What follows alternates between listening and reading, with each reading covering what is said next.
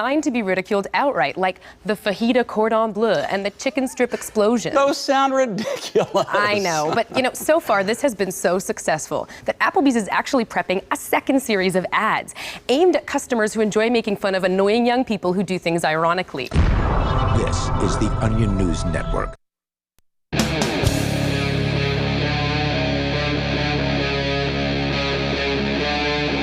Free Talk Live.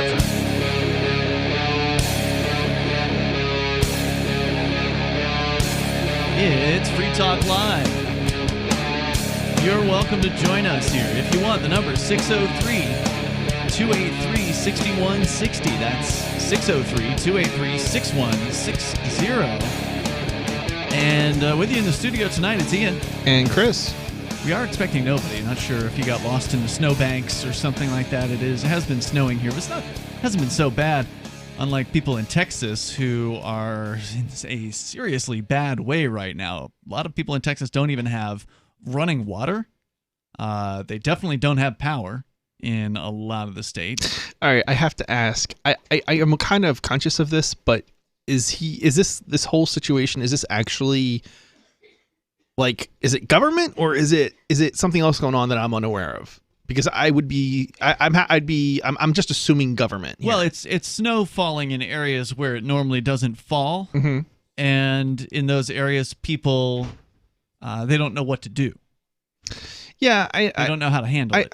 I guess, but like I kind of feel like my gut feeling is it's probably something like California where, you know, they don't do their maintenance and then things burn because they don't do the maintenance on power lines, and then which things has catch to do fire. with the government. Every other state has no problem with it, but yeah, that's why I'm saying, like, is this the Texas government, or is this, you know, is it really just, you know, unusual weather? Yeah, that's an excellent question. I mean, if you're out there in Texas and you want to weigh in with your comments, please feel free. Our number is 603-283-6160.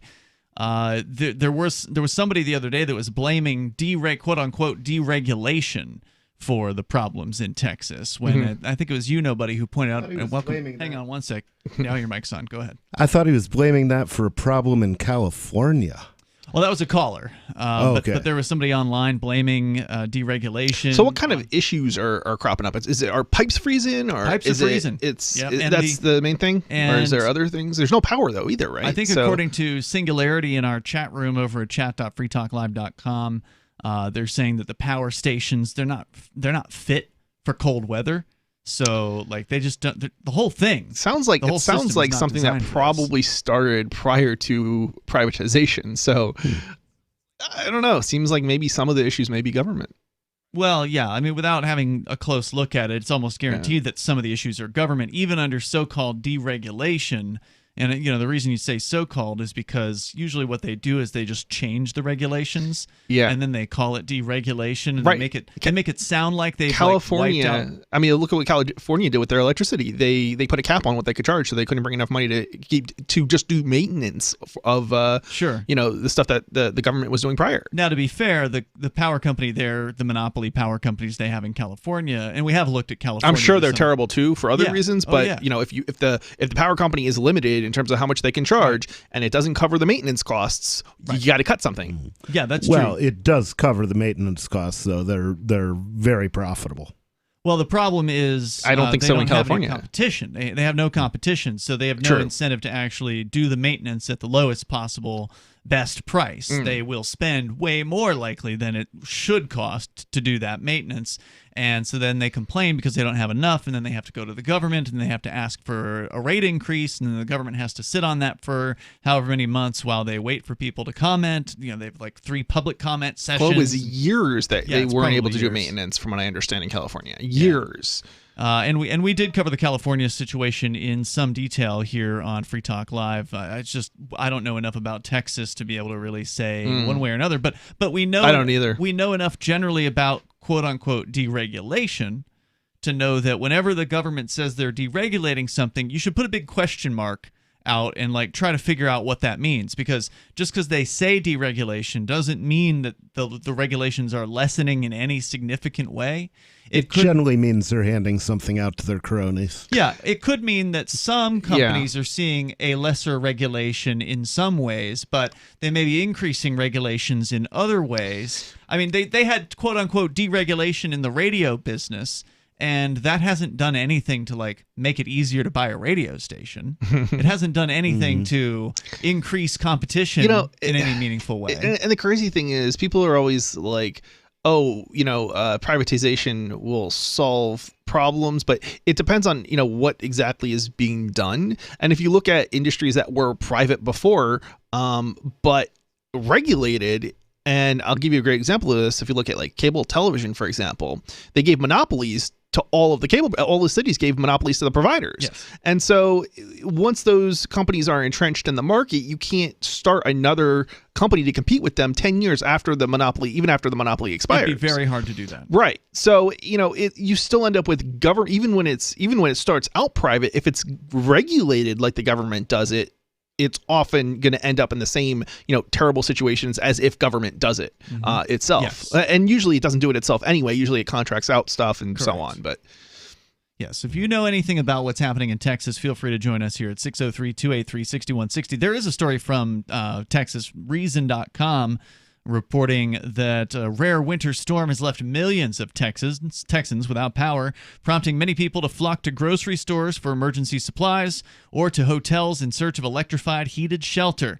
That surge in demand has prompted predictable, misguided warnings from Texas officials about the dangers of quote-unquote price gouging during the state's emergency. Quote, "We can't imagine anything more cruel than taking advantage of people who are suffering right now in this disaster," said Harris County Judge Linda Hidalgo at a Wednesday press conference. That's the sound of someone who's never done a day's work in their life and doesn't know how things happen. Yeah, if you don't increase the prices, people and I don't know if this doesn't always apply perfectly across the board, but like if you don't increase the prices and people continue to utilize, like, say, electricity at the rate in which they did before, or increase it, you can turn down the heat, right? And then everybody has electricity to go around. Now, maybe it's not going to be as nice and comfortable as you normally would have it, but you don't then maybe end up with the power outages. Mm-hmm. But you have to raise the rates in order to have that kind of impact. Right. Otherwise, people are going to crank it up. Right. They've got no incentive to decrease their usage. Plus, if you think there might be a shortage of water sometime in the next decade and you could make some money on it, maybe you put a couple pallets of water aside somewhere. But who's going to pay for that storage space or hold on to a couple of pallets of water when there's nothing to be gained by doing it? Correct. And so, if you let the marketplace operate, as I'm sure the story here at Reason.com will point out, it gives the correct incentives to the suppliers to say, hey, we need more of this. We're willing to pay more for this stuff than we normally are. So you should get out there and work hard to bring it to us because you're going to be able to raise your prices. Whereas if you bring out a pallet of water and it's all priced at the normal price and there's no limits on how many somebody can buy or whatever, then the first person with a entrepreneurial mindset is going to come along, buy the entire pallet of water up, and then go and sell it at 10 times the price. And here's the other thing: what people have to remember is people will also, in times of crisis, go out of the state, go out of the city. They will leave and they will go to areas that aren't under storms. They don't have storms going on or whatever crisis is going on, and they will buy up things like generators and then bring them to the crisis areas and then sell them at a profit. But if you don't allow them to do that, then those items don't end up where they're needed. Right, because to them it takes time and effort to drive to another state. Why would I drive 8 hours or 16 hours, somewhere far away to buy up the generators at some foreign, risking your life, by the way. Yeah. Because right now the roads in, at least Texas, for instance, these southern states, they don't have salt. And they're full of Texas drivers. Yeah. I remember. Well, not right now. Most of them are scared to death. Going out there. Scared Texas drivers are no better. Yeah. I bought a generator during one of the stormy weathers on the East Coast, actually, and I didn't buy it locally. There was no generators locally, and I bought it from somebody who literally did that. They drove the 8 or 16 hours or whatever, and they came back delivered and and the next day I had a generator, but it came at a premium. 603-283-6160. We'll talk more about these bureaucrats who are attacking those who would actually provide a product or service during a disaster and who want to charge for it. The number here is 603-283-6160. We'll tell you more about that. Plus, Bitcoin hits $1 trillion in total market cap value for the first time today. It's a pretty big day. Also, $56,000 per Bitcoin price, another record high. It's an amazing time for Bitcoin. We'll tell you more about that coming up here. You can join us on Free Talk Live. There are lots of ways to listen to Free Talk Live. Our podcast has been around since podcasts began, and now the FTL feed is loaded with content besides our full show archives. Did you know that we make it easy for you to customize your podcast subscriptions? We have different feeds, one that includes only our full shows, one with just the Daily Digest, and our main feed that includes everything. You decide what you listen to. It's quick and easy to customize your feeds at feeds.freetalklive.com. That's feeds.freetalklive.com. What if the United States and the Soviet Union had fought on land, sea, air, and the astral plane, struggled for dominion across parallel dimensions, or on the surface of the moon? What wonders would have been unveiled? What terrors would have haunted mankind from those dark and dismal dimensions? Come closer, peer through a glass darkly, and discover the horrifying alternative visions of World War III from some of today's greatest minds in science fiction, fantasy, and horror. Weird World War III. Available now from Baen Books at baenbooks.com. Are you tired of governments murdering people around the world? Stop using their money. There is an alternative. Bitcoin is a stateless, free market, non-political currency. Bitcoin cannot be inflated or controlled by any government. By using their money, you are helping the state. Stop doing it. You have an incredible alternative available now. Learn it, use it, spread it. Get started with Bitcoin at bitcoin.com. That's bitcoin.com. Divvy's been a pretty good investment for Free Talk Live. Their ad campaign started in September 2019, and from mid-March to mid-July, the values soared by 10 times. It's not too late. Divvy's new wallet hasn't even released yet, and other things are happening that I can't even say on the radio. If you want to invest and potentially do well, go to divvyproject.org. I can tell you that FTL is deepening its partnership with the guys from divvyproject.org. Past performance is not an indication of future profit. divvyproject.org. D-I-V-I project.org. I'm grateful to have heard from some of our satellite listeners recently. I appreciate knowing that people are out there who like what we do and are willing to support it financially. LRN.FM's free-to-air satellite feeds blanket most of 2 continents. It was my goal to put our channel there so people without internet could receive our programs and feed pirate radio stations. We started a fundraiser on Patreon a few years ago to back the satellite channels. I recently announced that I was considering canceling the feeds, and donations increased from 15 to 20% of our costs, which are around $1,000 per month. That's a good start, and to incentivize more contributions, the Shire Free Church will be matching every dollar. Can we reach $500 per month? With your help, we can. You can join our satellite fundraiser for just $2 a month at fund.lrn.fm. If we raise enough to keep both of the channels on the air, awesome. If we raise more, I'll add more channels. If not, we can shut them down and go internet only. It's up to you. Thank you for your support. fund.lrn.fm. What if you want to hear the latest episode of Free Talk Live, but all you have is your phone, you forgot to download our archive, and you have no data connection? You can call our Listen line at 641-793-0191. That's a long-distance number, so you may incur charges. If not, listen as long as you want. 641-793-0191. The Free Talk Live Listen line, 641-793-0191. The new 4th edition of Healing Our World, The Compassion of Libertarianism, will take your understanding of liberty to a deeper level and has over 1,300 updated references, new cartoons, and a foreword by Dr. Ron Paul. With discounts for multiple book purchases, the 4th edition of Healing Our World is a great gift for the liberals, pragmatists, environmentalists, and Christians in your life who think libertarianism is cold-hearted. Get yours today at healing.freetalklive.com and use promo code FTL for a $5 discount. Got Telegram? You can follow our channel there and discuss show prep with other listeners at telegram.freetalklive.com.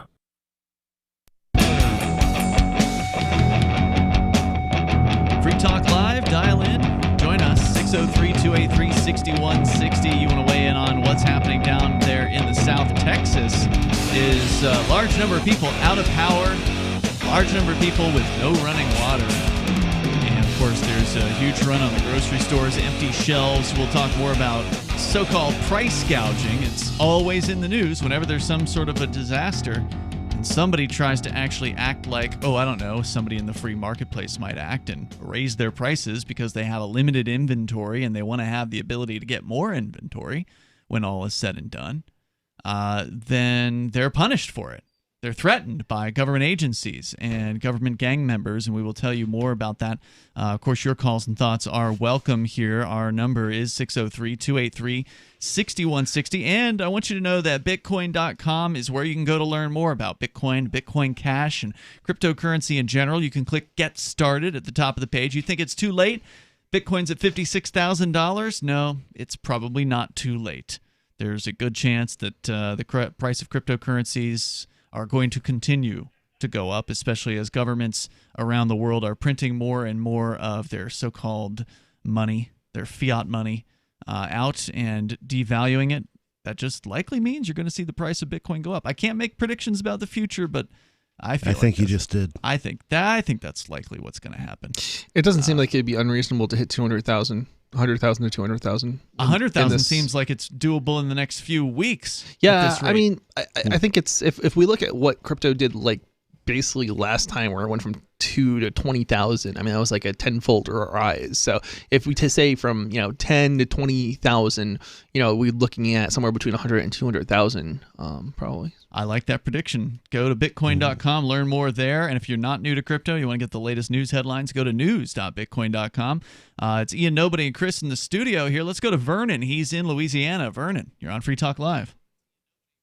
So the completely deregulated Texas power market has served their customers very well through this trying time.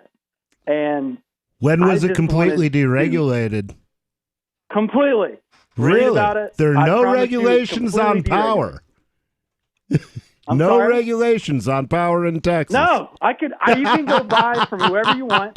You can go buy from wherever you want. Really, it really is. And so my question is, why? So there was no incentive, and I'm not advocating for or against the government or anything. I'm just pointing out the facts and getting your opinion. Okay, so these private companies that run you've got the distributor first that goes to the home, right? You've got the company that owns the power lines that go between the power plant and the distributor, and then you've got the power generator that owns the power plant. And so you have these private companies again that didn't do what they were supposed to make sure that their natural gas lines wouldn't freeze in the wintertime. They didn't power up their backup plants so that they would have enough power through this whole thing. And look at what happened. Millions of people without power when it was 0 degrees outside. So I'm just trying to figure out, where the free market came in and helped these good people out. You know what I mean? Well, first off, there is no free market. There is not a free market in any state in the union. And there never has been since, like 1912, 1910 or something. Run into some idealistic world that you all want to live in. So I can answer some of these questions. So the way the free market probably would deal with unreliable utilities, we just have to look at third world countries. And you start looking and seeing what they're doing, and they purchase generators and gas and things like that. So when the power goes out, they can keep their businesses operating. Yeah, but generally you also need... Sorry, go ahead, Nobody. You also need to be free to compete.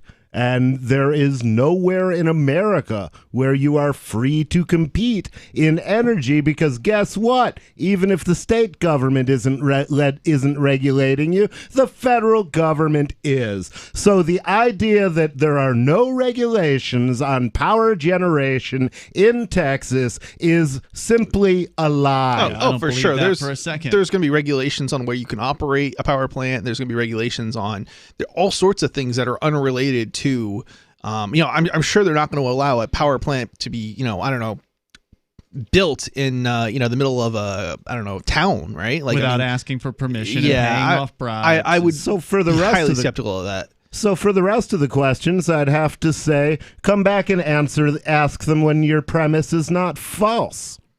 Yeah, there is, according to a CNBC story here, the majority of the state's power is controlled by an organization known as the Electric Reliability Council of Texas, known as ERCOT. A private entity.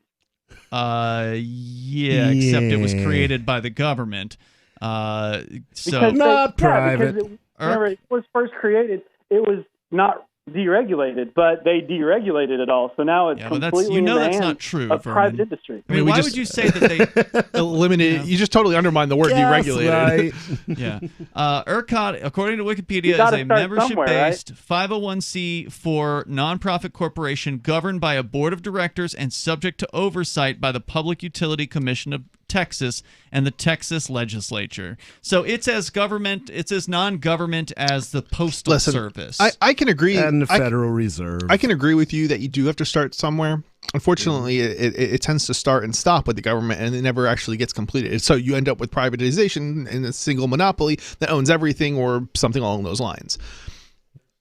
Yeah. This is about, in New Hampshire, can you go buy your power Yes. from another company? Yes. Like, do you have Yes. a choice? Yes. You do have a choice. Yes.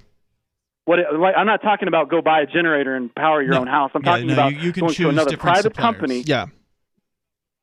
Okay, well there you go. Then y'all have maybe y'all have about the same setup as Texas. I have no idea. No, we But don't, because we either actually way, have cold weather here. So the power company here knows how to deal with cold weather. Yeah. They have experience with it. Their power grid, their generating stations are cold weather equipped. And that doesn't stop a branch from crashing through some power lines on occasion and knocking out some power in some places. But I guess what I'm trying to say is that these people, these private companies that run the things in Texas, they don't have any incentive to take the time to winterize their stuff. Well, they do and now. They should be prepared for it. Well, that's because they're not greedy. They're the only And here's the humans thing. on And here's Earth the thing. who don't work to make money, so they have no incentive. Well, then there you go. Then your power goes out when on the off chance it gets 0 degrees in Texas. Listen. It doesn't happen very often. But it does. It may be that the free market is saying, especially that no, we don't want to pay for higher prices in order to, weatherproof the power grid, and that's fine. That just means that you're going to have to take responsibility for yourself if you want to have power during colder weather. What it means is that it's likely that no one in Texas thought this was going to happen, because it has never happened. That's more likely to be the case. Before. Sure. And so they went ahead and just didn't think about this because they didn't have to ever. Yeah. And now I guarantee you there's plenty of people that are thinking real hard on what to do to make sure this doesn't happen again. And what are you saying, Vernon? Are you saying you think a centralized government bureaucracy that would have controlled all of the power grid would have done a better job? I am simply pointing out that the free market seems to have failed in Texas. It's not a free market, dude. Yeah. You should look up how many people starved when the Chinese government took over food production there. It was millions dead. Yeah, definitely not a free market. This isn't a free market. It's a government-regulated marketplace from top to bottom with a little bit of deregulation. But you can't start your own power generating company and compete. Good luck. More coming up. This is Free Talk Live. So the protection of life, liberty, and property is what the Free State Project is all about. But it's an effort to move 20,000 people who understand. It's about demonstrating to the entire country that, yeah, we can have a free market, a truly free market. Making it just a freer, great place to live. It's the world's largest voluntarist libertarian community, and it's only getting bigger. That's amazing, to be able to move to a place where other people passionately believe in being free and independent. What the Free State Project is managing to do, though, is to put their money where their mouth is. It's physically getting up across the country and saying, let's go someplace and let's demonstrate the power of these ideas. There's a lot of kind of philosophy that surrounds liberty. There's a lot of thinking about it and talking about it. But here in New Hampshire, people are doing it.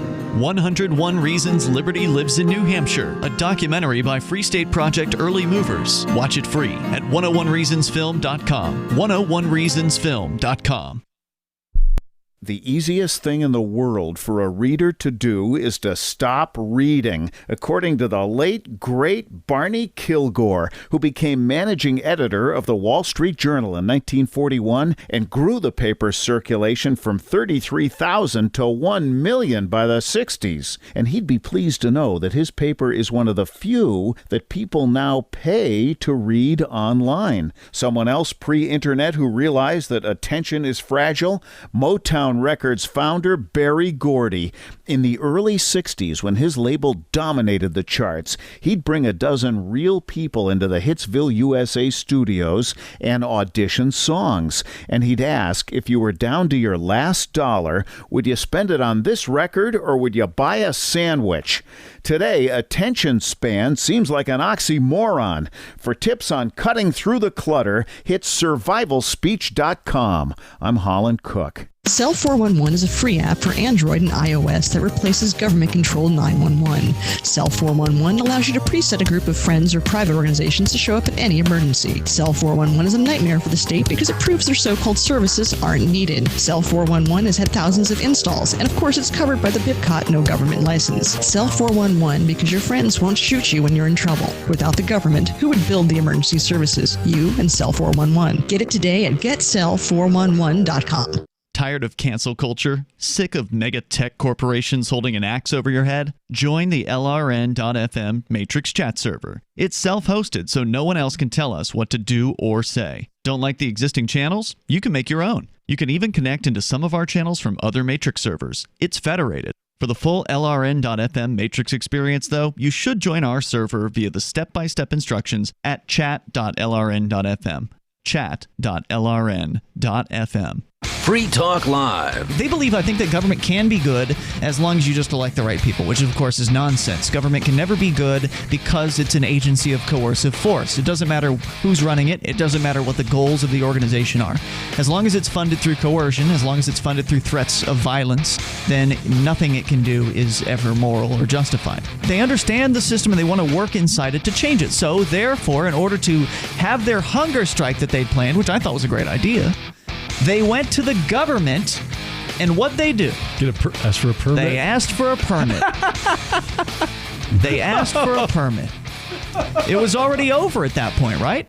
Whenever you ask permission from the government, you might as well expect them to say no. No! You know what? It sounds like government has this non-cooperation thing down to a science. Yeah, right? Free Talk Live, 7 nights a week from 7 to 10 Eastern, live on the Liberty Radio Network at LRN.FM. Do you appreciate what we do? Help us advertise, market, and promote for just $5 a month at amp.freetalklive.com.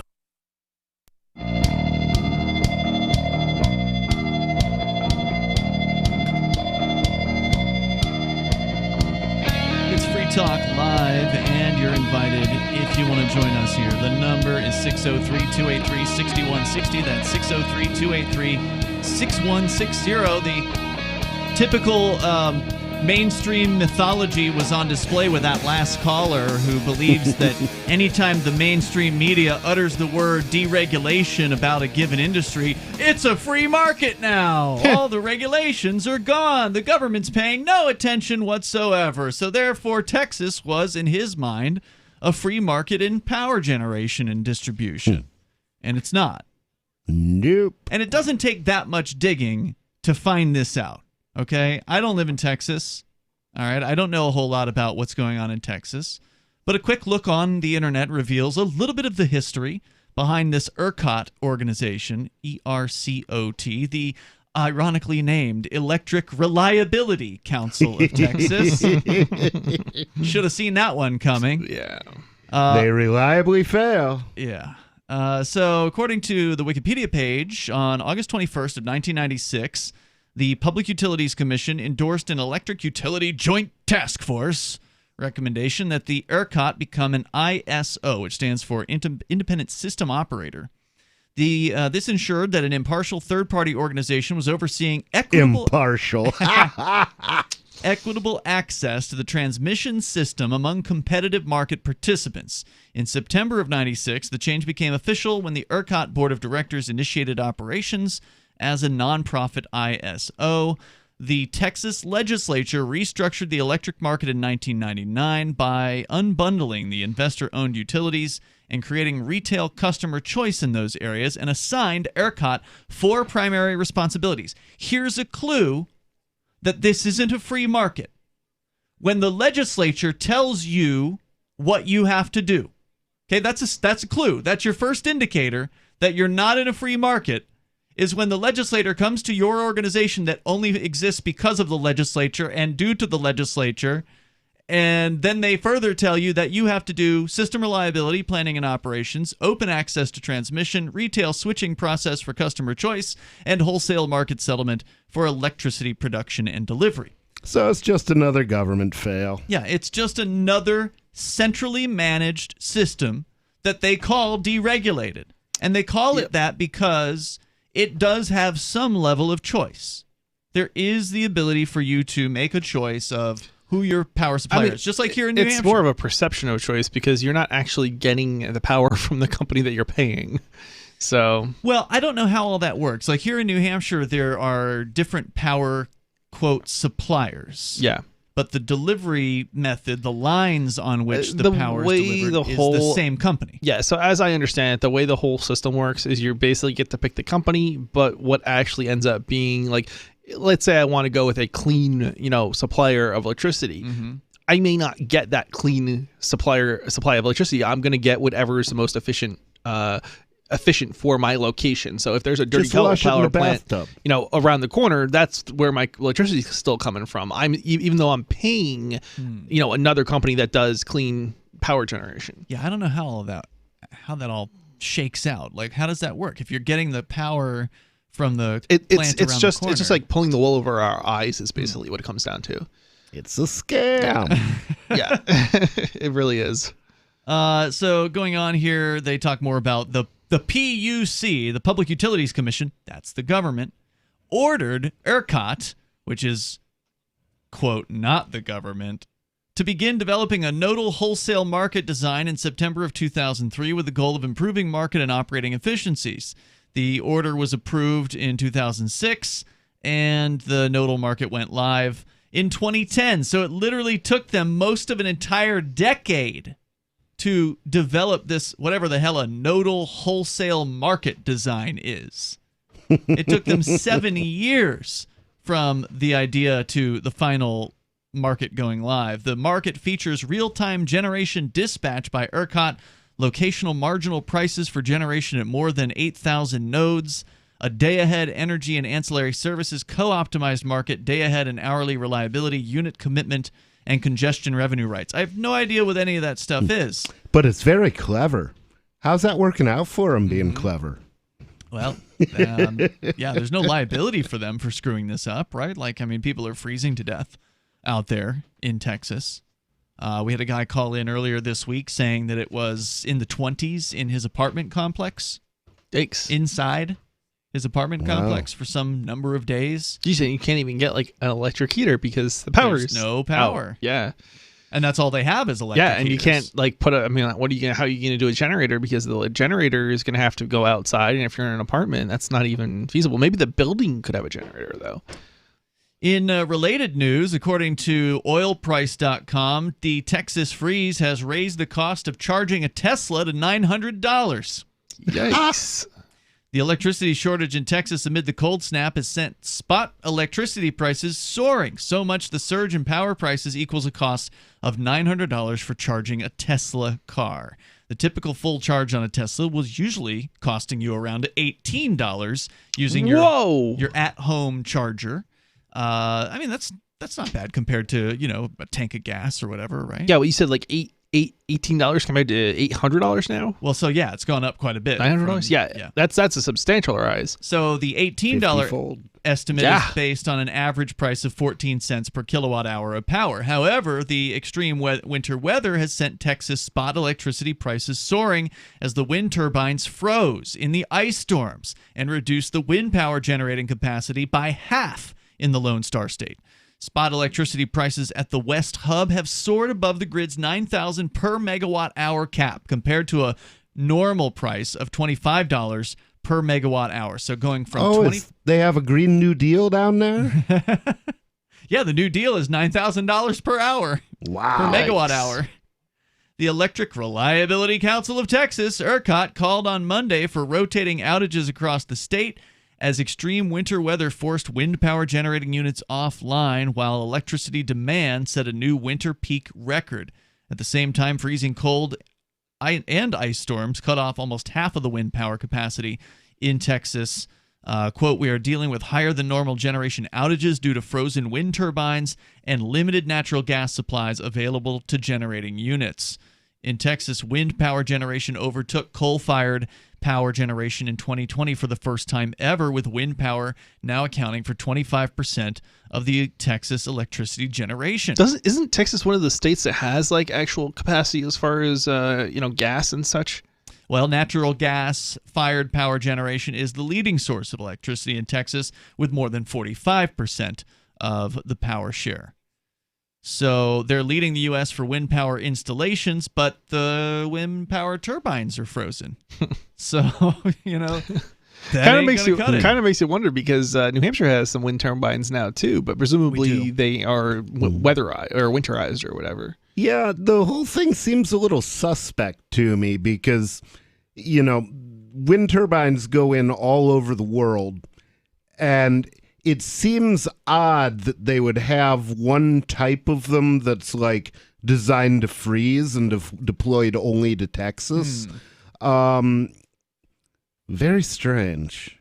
Yeah, again, I don't know about the details on those. I can tell you the wind generators that we've seen here in the Monadnock region, they seem to spin just fine during the cold weather. So, and we get down to -20 sometimes. Yeah.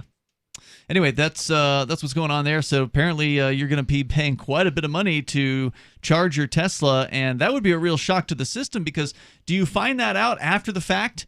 I imagine you do, because how many people have any kind of reading inside their home of what the current rate of electricity costs? Are you gonna end up with a bill for $3,000 at the end of this month, whereas normally you might pay $50 or $100 for a month of power in Texas? Yikes. What's going to happen then? I can tell you one thing: if that were the case, I wouldn't pay it. Yeah, it's like, hey, I didn't agree to this rate. Yeah, this is crazy. 603-283-6160. That's 603-283-6160. If you want to weigh in, and especially if you're in Texas, if you got enough power to make a phone call and you can get through, feel free to let us know what is happening there on the ground. And you can bring up anything that you want to discuss. Plus, the $1 trillion level has been reached for Bitcoin. We'll tell you about it. It's big news. This is Free Talk Live. Is spreading the message of liberty, cryptocurrency, and peace around the globe worth $2 per month to you?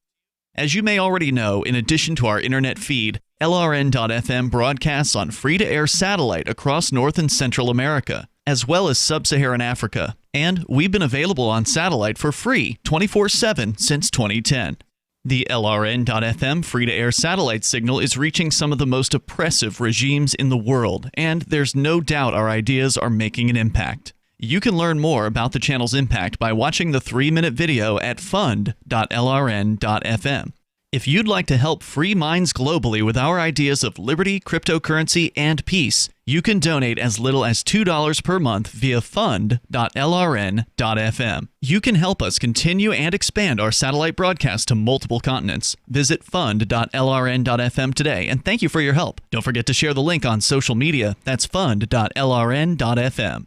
Are you a cryptocurrency advocate? The Crypto Tip is the ideal outreach tool to help new people discover cryptocurrency. It's a printable business card-sized tip that you can give to service providers, preferably in addition to a good cash tip. When the server scans the QR code, it'll bring up an explanation of cryptocurrency, how to install a wallet, and allow them to claim the tip. If they don't claim the crypto, you get your tip refunded to you after a time period you specify. Plus, if they do claim the tip, you get an email alert. Create as many tips as you want at cryptotip.org. That's cryptotip.org. Some of you asked, and now we've delivered. LRN.FM's live Keene, New Hampshire studio shows are now streamed in HD on Twitch. Visit our channel at twitch.lrn.fm and give it a follow. If you have Amazon Prime, you get 1 free subscription on Twitch. If you use it on our channel, Twitch will give LRN.FM a monthly piece of your Prime subscription cost. So please watch, follow, share, and subscribe to twitch.lrn.fm. That's twitch.lrn.fm. Hi, I'm Derek J. I don't want a politician to represent me. To me, government is the idea that one group of people can coerce everyone to comply with an edict or face increasing punishments up to and including death.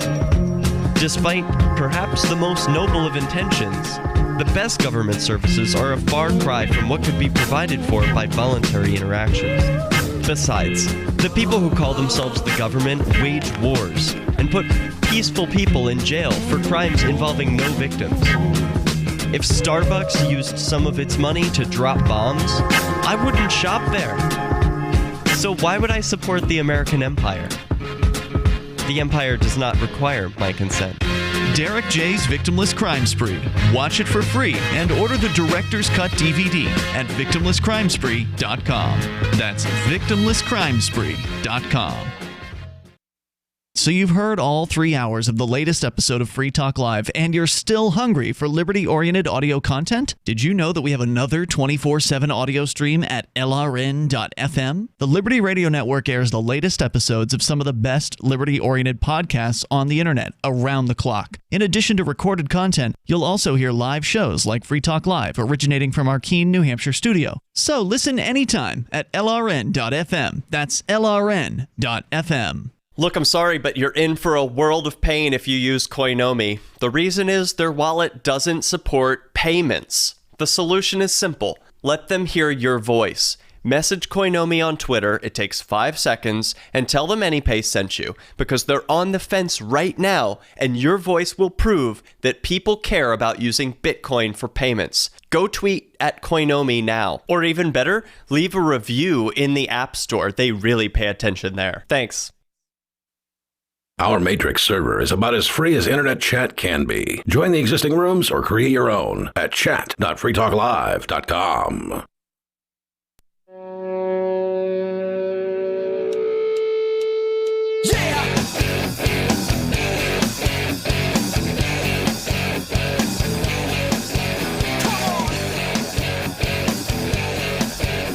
It's Free Talk Live, and the number is 603-283-6160. That's 603-283-6160. It is Ian, Nobody, and Chris here in the studio tonight. Also want to say thank you to Libertarian Banker. He's a Free Talk Live Gold amplifier, and thank you, Banker, for helping us amp the show. AMP stands for Advertise, Market, and Promote. It is a way for you to help us get on more radio stations around the country, bring new internet listeners on board, expose new people to the ideas of freedom. So appreciate you, Libertarian Banker, and everybody else who is part of the AMP program. You get some cool perks, you get some benefits if you sign up over at amp.freetalklive.com. And you can use credit card, debit card, PayPal, and even Bitcoin BTC. That's amp.freetalklive.com. Singularity in our chat room over at chat.freetalklive.com points out that the wind turbines froze in Texas because they didn't think they would ever need to install de-icing features on them. So, nobody, you were incorrect. Apparently, the turbines out there, you got to pay extra if you want to have de-icing features on them. It wouldn't surprise me if the cost outweighed the benefit. And, I could see this potentially being something that does happen in a free market. Potentially. What do you mean? Somebody cutting corners, or well, somebody not preparing against an expensive event that the cost just isn't worth it. Would you rather pay $1 more per kilowatt hour, or maybe have half a percentage of downtime be down half a percent of the time? Right. And if you ask the customers 3 weeks ago that question, or 3 years ago or whatever. You ask them the question saying, all right, well, we're thinking about upgrading the wind turbines to where they will not be frozen in, a freak occurrence of an ice storm or whatever. Customers, do you think we should go ahead and spend the money? We are going to have to raise your rates in order to do that. And the customers would say, no, don't do it. I almost guarantee you they'd be like, this is crazy. This is Texas. It doesn't get that cold. And the thing is, this is the sort of thing where you can often prepare. It's like you can buy a generator. I have a generator. I think you have a generator, don't you? We do have a generator here, yeah. I mean, people buy generators for this reason, and I don't anticipate the power going out for any length of time, but it can happen. Once every 10 years, maybe you can get a lengthy downtime, or maybe once every 50 years in a kind of a really unusual stormy event where. But that's like taking responsibility for yourself. I know we can't have that now, can we? And I guarantee you, the people of Texas are right now saying they did want to have. Oh yeah, we would have. Oh yeah, if you just asked us, we would have said yes. No, you wouldn't. You wouldn't have. But now they do. Well, they should have said something to the electrical reliability people. Yeah, I have. I'm sure they would have gotten right on that. I have a generator, and I also have gas as a backup storage. Gas, for that event. like pourable gas, you mean? Yeah, pourable gas, and I test the generator every once in a while and make sure it's still working. There are some things you can do to take personal responsibility for your situation. Now, you may not be able to prepare against every possible scenario, but there's certain scenarios that, you can pretty much predict will probably eventually happen. If you're in an apartment complex, however, you can't. I mean, they're not going to let you hook a generator up that could be a challenge. Yeah. But these are also things that, Now, that's going to be something that some apartment complexes are going to start advertising. Yeah. That's probably tomorrow. They're going to be like, hey, you can come and live here, and we've got a big old generator out back, so if something bad happens, we got you covered. If you feel you need a generator, then, and you don't want to have to go to the local community center to stay warm, in an emergency situation, then maybe you want to make sure that, that apartment that you rent, that the building has a working generator, and maybe it's in your contract or, whatever else that might need to be done. And if you can't get that, well, maybe you need to move somewhere else where you can get that. I want to go to Scott. He's on the line in Florida. Scott the Bigot is on Free Talk Live. Go ahead. Good evening, gentlemen. I'd like to say that my heart goes out to the victims in Texas. They're suffering terribly, and this is a reflection of the U.S. government. I do have a heart. I hate the United States government. And I can see how callous the U.S. government is. But I'm going to tell you there's good news, gentlemen, tonight, and I'll tell you why. America's on its way out. I want all your listeners to know that. Yay! America's on borrowed time, and this is proof. This is not an abstraction. The stock market's going to crash very soon. The dollar's going to crash. It's on life support. It's on borrowed time. You got 70 to 80 million unemployed Americans. The U.S. economy is in a second Great Depression. Let's call it what it is. It's in a second Great Depression. It's not in a recession. It's in a second Great Depression. You have millions homeless, millions more hungry, no health care, no dignity, no hope. America will collapse soon, and it cannot continue to have 1% own everything and the other 99 are treated like slaves. Now, America desperately needs a second Great Revolution, and it's on its way. The American people are not going to be enslaved because it's only so much they're going to take. Eventually, when you have nothing to lose, there's Gerald Celente. I don't know if you're familiar with him. I watch his podcast. When you have nothing to lose, you lose it. So this is what I instead of talking in abstraction, this is what I recommend to your listeners. You do have power. Your first power is don't take the vaccine. Please don't. That's number one. Number two, don't pay your taxes. The vaccine. Now, I know you're going to laugh at that. I got to pay my taxes. If millions of Americans banded and said, no, we will not pay our taxes. Well, there actually are millions of Americans who don't pay taxes. There really are a whole lot of them out there, believe it or not. Not everybody has to pay taxes. I've only filed once since 2000. Yeah, I stopped in 2004 because I cannot, in good conscience, give money to an organization that murders innocent people and puts other innocent people behind bars for their entire lives for non-crimes and victimless crimes. And so for me, it's a moral issue. Yeah. The only reason I filed when I did was because I was getting money back and I wasn't going to leave that in the hands of monsters. How many years has it been? For me? Yeah. Since 2004. 2004. So I'm not paying taxes, gentlemen. That's good. I'm not. I Almost made up 20 my years. mind. I owe Massachusetts money. the U.S. government, and I really mean this, and I'm not just saying it, I'm going to have a backbone. I'm not going to pay it. If they want to come after me in an emergency, I'll make an arrangement with a lawyer or whatever, but I'm not paying them. I'm not going to pay extortion, because that's what tax money is. It's extortion. They're not fixing roads, schools. They're using it to bomb other countries, to enslave their citizens. But I want to leave you with a thought. You say that I'm a bigot, Ian, which is true, but I'll show I do, you and then I feel a little bad when you don't bring the bigotry out on display. During I'm going to tell you something that's you're going to shock you. This is my dream. I have a dream that all of these groups could get together and fight the United States government. And you're going to be shocked, but I'm going to list you their names. If Antifa, Black Lives Matter, Klansmen, Nazis, skinheads, Proud Boys, Boogaloo, Oath Keepers, Westboro Baptist Church, John Birch Society, Posse Comitatus, Sovereign Citizens, Militiamen, ex-veterans could bury the hatchet, put aside their differences, and say, we got a bigger enemy, and the bigger enemy is the United States government. That would be a very important deterrent. And I think I agree with you. Actually, you're singing my song now. I don't think. I think everybody here would agree with you. Except the question is, who's going to lead the way? Are you going to lead the way? Are you going to be the one who steps up to the plate? Somebody has to step up to the plate. There doesn't really need to be a central leadership. I'm not saying there has to be a central leadership. I'm just saying there's got to be that one guy that steps up to the plate, and then there's got to be people who step up to the plate to follow him. I think nobody can do that. Well, you're gonna lead the way. Nobody's been working on it. I mean, that was my whole point behind reaching out to Black Lives Matter. It was a good part of the reason that I took Cell 411 back on, because it's a good start.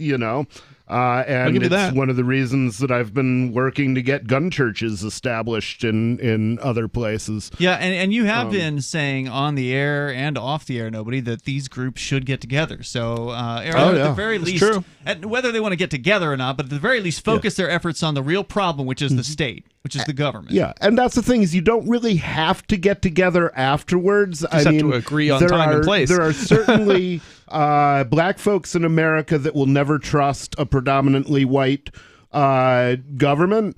That's fine. I mean, one of the few groups that's ever actually offered the black community any protection was the Black Panthers.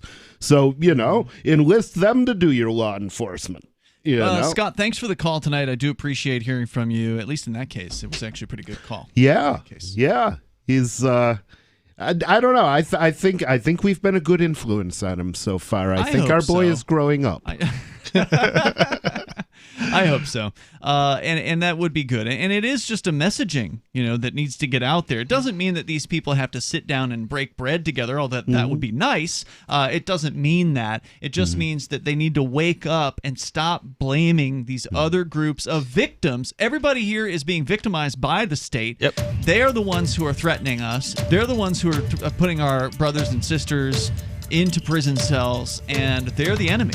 And they're the people who are shooting people down in the streets. Of all colors. I may not like your tactics, but if you step up to the plate, I'll have some respect for you, that's for sure. 603-283-6160. We also got to get back into the gouging story. We barely scratched the surface on that. Now we got to gouge it. There we go. Coming up in hour number 2, and you can bring up what you want as well. It's Free Talk Live.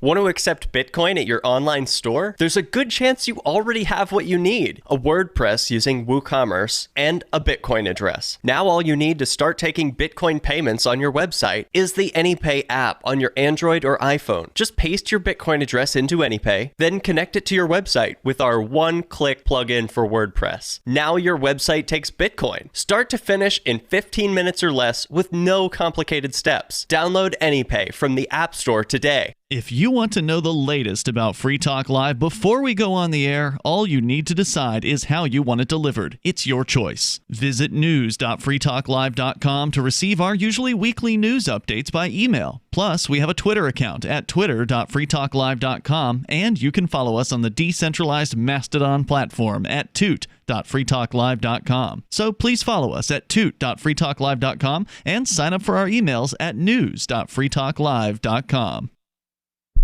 My name is Jacob Hornberger. I'm president of the Future of Freedom Foundation, which Congressman Ron Paul awarded for having an outstanding freedom website. Write us at fff@fff.org, and we'll send you a free 3-month subscription to our monthly journal of libertarian essays and our booklet, Economic Liberty in the Constitution, which George Mason University economics professor Walter Williams praised in a recent column. That's fff@fff.org. The LRN.FM social media channels have been revamped. We've eliminated Facebook and focused on other platforms like Twitter and Mastodon, the decentralized alternative to Twitter. On our accounts, you'll find posts from multiple LRN.FM show hosts together in one place. Follow us on Twitter at twitter.lrn.fm, or better yet, move to the decentralized Mastodon social media platform at toot.lrn.fm, toot.lrn.fm. I think you'll like it. You're listening to the live edition of Free Talk Live. Hour number 2 is next after the news here on the Liberty Radio Network at LRN.FM. More suspects. I'm Lisa Lacera, Fox News. The federal government has charged more people in connection with last month's deadly riot at the Capitol. 6 individuals, all connected to the Oath Keepers movement, have been added to a superseding indictment accusing the group of conspiracy to obstruct Congress. Federal prosecutors say the group wore paramilitary gear and joined others in a military-style stack formation up the center steps of the Capitol and breached the building. The indictment also accuses 2 members of that group with unsending and deleting Facebook content after the attack. Hundreds of arrests have been made since the January 6th riot. Jared Halpern, Fox News. This is Defense Secretary Lloyd Austin says there's no plan to extend the stay of National Guard troops in Washington. It is March 12th, and we don't have an additional requirement or request from another federal agency to provide them support. He has told the soldiers that he won't keep them deployed one day longer than is necessary. A slow recovery in the South after days of record cold and winter weather. There are still about 165,000 Texas households that remain without power. These are the result of either downed lines or the need for the power company to manually reconnect the residents to the power system. Texas Governor Greg Abbott, 7 million people there are also under a boil water order as broken pipes have created shortages of clean water. In Tennessee, about 260,000 homes and businesses have also been told to boil water. President Biden toured a Michigan plant this afternoon that's producing the Pfizer COVID-19 vaccine. His message that the vaccine is safe for people to take, and he says he expects the U.S. to be approaching normalcy by the end of the year. The Michigan plant produced the first doses of the vaccine. America is listening to Fox News.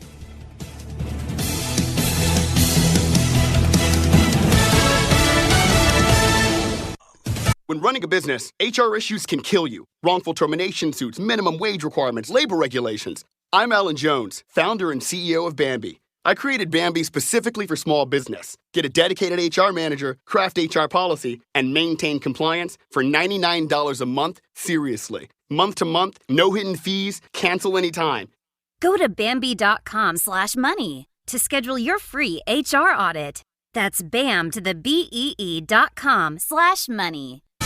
There could be a change in how one of the COVID vaccines is stored while remaining usable. A new report suggests that Pfizer and BioNTech's virus vaccine may not require the hospital-grade ultra-low temperature storage as originally thought. The company is submitting new data to the FDA demonstrating the vaccine remains stable when stored at temperatures as high as 5 degrees Fahrenheit. Meaning if the FDA agrees with these findings, the vaccine vials could be stored up to 2 weeks in freezers commonly found in regular pharmacies, potentially expanding the vaccine's reach into communities far away from major medical centers. Jeff Manasso, Fox News. Authorities in Florida say 2 women who dressed up to make themselves appear as older adults in an attempt to get COVID vaccines have been issued trespass warnings. Health officials in Orange County say it appears they altered their birth years to bypass the state system that prioritizes those 65 and older. The Federal Reserve issues a bleak forecast for business. The central bank says risk of coming business failures remain considerable in the U.S., even as the economy emerges from the pandemic, according to a semi-annual monetary policy report report to Congress. Business borrowing is near historic highs, and even though big cash balances, low interest rates, and renewed economic growth may lessen problems in the near term, insolvency risks at small and medium-sized firms as well as larger firms remain considerable. The Fed's comments underscore the possibility that the post-pandemic recovery may suffer. On Free Talk Live, we're bringing people to the ideas of liberty every day. From wrestling superstars like Glenn Jacobs. You guys really are having an impact, I believe. Like I said, a lot of where I am now is due to listening to Free Talk Live. You changed my mind on some very important issues years ago. To random people tuning in on the radio. I was kind of stuck in the left-right paradigm. I heard your show by chance on a Saturday night.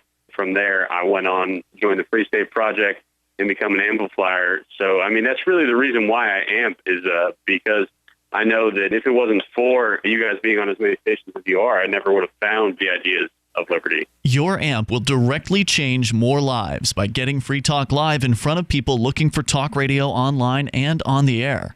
When you amp Free Talk Live, you get perks like access to the AMP-only Facebook group and AMP podcast. Visit amp.freetalklive.com. Well, today was an historic occasion in Pennington. That's right, Diane. The entire town turned out to honor Paul Webster, the area's one gay man with Pennington's first ever Gay Pride Parade. Paul, a 33-year-old hardware store owner, was too shy to ask for a parade, but that didn't stop almost 2,000 residents from showing their support for his homosexuality.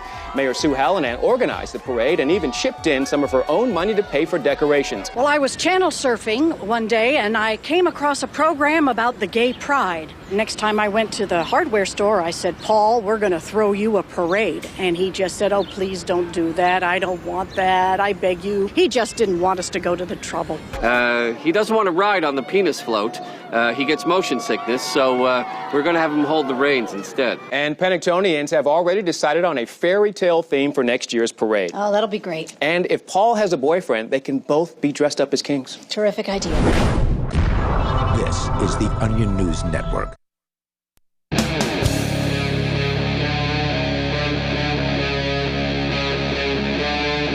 Free Talk Live.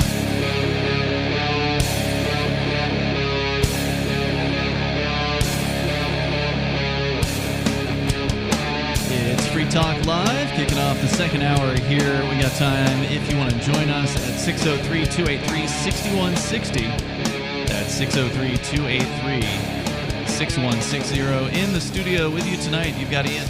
Pope Indigent I of the Church of the Invisible Hand. And Chris. And of course, you can take control of the airwaves. For those of you just tuning in, at the beginning of the last hour, we had started talking about price gouging. The government. Oh, that's awful. Yeah, as the government likes to claim. They like to go out there and drag entrepreneurs through the mud whenever there's some sort of a disaster that goes on. Because the natural inclination of, well, people that actually want to work during a disaster is to make some money from the work that they're doing, which in many cases is somewhat risky work. Yeah. And so they, at the very least, should be able to charge whatever they want to charge. And one of the reasons why they should be able to do that is because it allows for market incentives to sort of adjust or normalize or whatever you want to say in those circumstances. It allows people to mobilize for their own profit and for the benefit of others. And that's what people don't understand about the free market is you profit yourself by benefiting others. That's the whole point. They're paying you because you're giving them something they want more than the money. And if they don't want it more than the money, they're not going to give you the money. But what about the poor, nobody? I mean, these prices are going up. They could double. They could triple. Doesn't that lock people out of opportunity? Well, the poor are certainly no worse off having something around at a high price than they are having nothing around at all. I mean, and people do tend to be relatively generous. So if you have to pay some extra money for water because it's expensive at the moment, I would say think of your fellow man. Reach out and help him out if you can. But if you can't get any water either, you can't help him. It seems like these types of situations would actually help the poor because they could make money off of providing some sort of service that they wouldn't otherwise be able to provide, and making an actual profit off doing so. Right. Normally, bringing somebody a bottle of water ain't going to make you much money, but during a crisis, you could actually make some money off it from the people who actually do have money. Delivering things that people need who are too afraid to leave their house or whatever. Sure. I did that during the they had an Obama rally up here, the one where Will Kostrick got harassed by the Secret Service and for open carrying. And ended up on national TV. One of the things I was doing during that is there was a gas station quite near to the crowd that was selling water by the case, cold. Mm-hmm. So I was running back and forth to that gas station with a milk crate.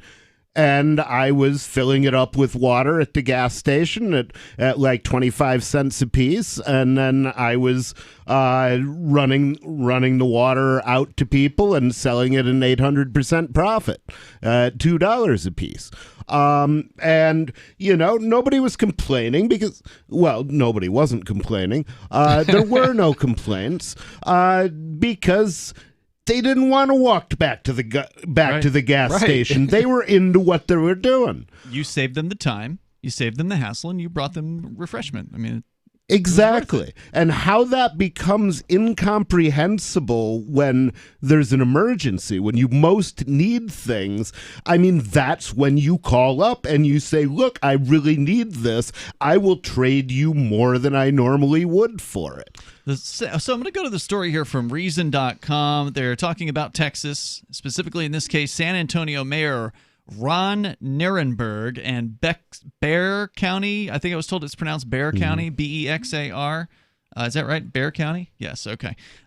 Judge Nelson Wolf amended the emergency declaration to remind folks that it is illegal to, quote, sell groceries, restaurant meals, medicine, hotel rooms, or fuel for more than the regular retail price.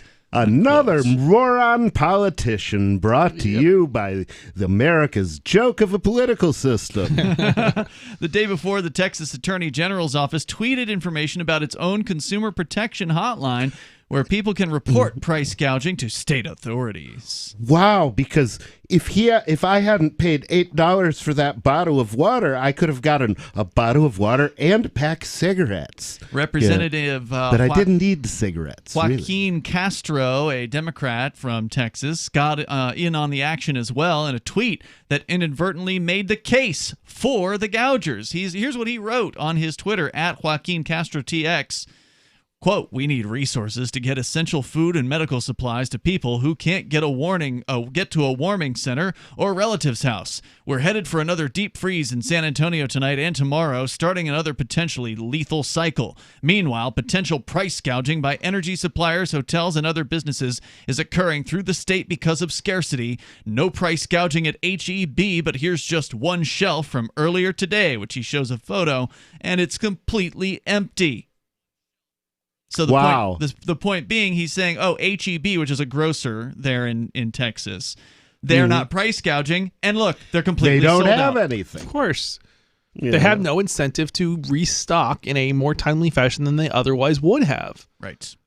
Quote, the Reason story here says that the grocery store he visited had both, quote, fair prices and empty shelves is no mere coincidence. This is why we call you a moron, by the way. This is why their shelves are empty, you idiot. Texas's price gouging laws effectively mandate this outcome. When a demand surges for a product, but prices are required by law to stay flat or rise only slightly, consumers will quickly buy up whatever they can get their hands on at a cost that doesn't reflect the sudden urgency of their purchase.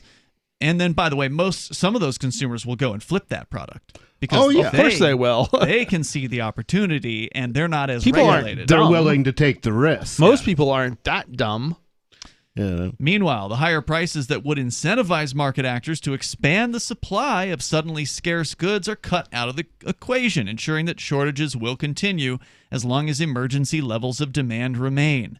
This contrasts with what we'd expect to happen in a free market, as Duke political scientist Mike Munger explained last year to Reason, quote, "If the price of something goes up and there's a shortage, three great things happen. The first is that consumers buy less. They look at the price and they say, you know, somebody else must need this more than I do, and they leave some for the person behind them." Had the HEB Castro visited, raised its prices to meet market demand, the people who got there before him probably would have bought fewer cans of tuna or rolls of toilet paper, helping to preserve the store's limited supply. The second thing that producers try to find, is that producers try to find ways to make more, because they're getting more money. So they're going to if you've got a factory and it's cranking out things that aren't as useful in this emergency, they're going to stop those products and they're going to crank out the things that are more useful. If they can, but that can sometimes require investment. And the investment, if they can't raise the prices to compensate, they won't be able to raise the funds in order to reinvest that into machinery that normally wouldn't be cost effectively to invest in. Yeah, the other thing is, because they're normally in the business of producing something else, they might be able, for example, say there were an actual need for face masks because maybe there was some bacterial disease that would actually be stopped by one. You might not, if you own a blue jean factory, you might not be able to produce masks as efficiently as the guy who built his whole factory to produce masks. But you can produce masks. They're just going to cost more to produce. And of course, if you can only charge the customary price, you're not going to do it, or you're not going to stay in business. He says the third things that entrepreneurs do is they try to find ways to make substitutes. Without the allure of higher prices, out-of-state companies and amateur entrepreneurs have less incentive to ship in bottled water and generators on Texas's ice-covered highways. Can't get a face mask? Just use a diaper. Price gouging laws require these would-be suppliers take on extra hassle, risk, and expense to sell their wares at the same price they could get back home. So why bother? 603-283-6160. That's 603-283-6160. You want to talk about gouging? You're welcome to bring up whatever's on your mind as well. This is Free Talk Live. Coming up, $1 trillion Bitcoin. Having taken her father's throne, Sarah Calhoun has fallen out with one of her best allies, and her brother Nathaniel heads into Imperial Philadelphia with a reckless plan. Her uncle Thomas, armed with new powers and new allies, aims to remove Sarah from her throne and from the world of the living. To survive and to gain the strength she needs to fight an impossible war, Sarah must unite the Mound Builder Kings to enact an ancient rite that will propel her beyond mortality. Servant Daughter by T.J. Butler is the newest entry in the Dragon Award-winning Witchy War series from Baen Books at BaenBooks.com.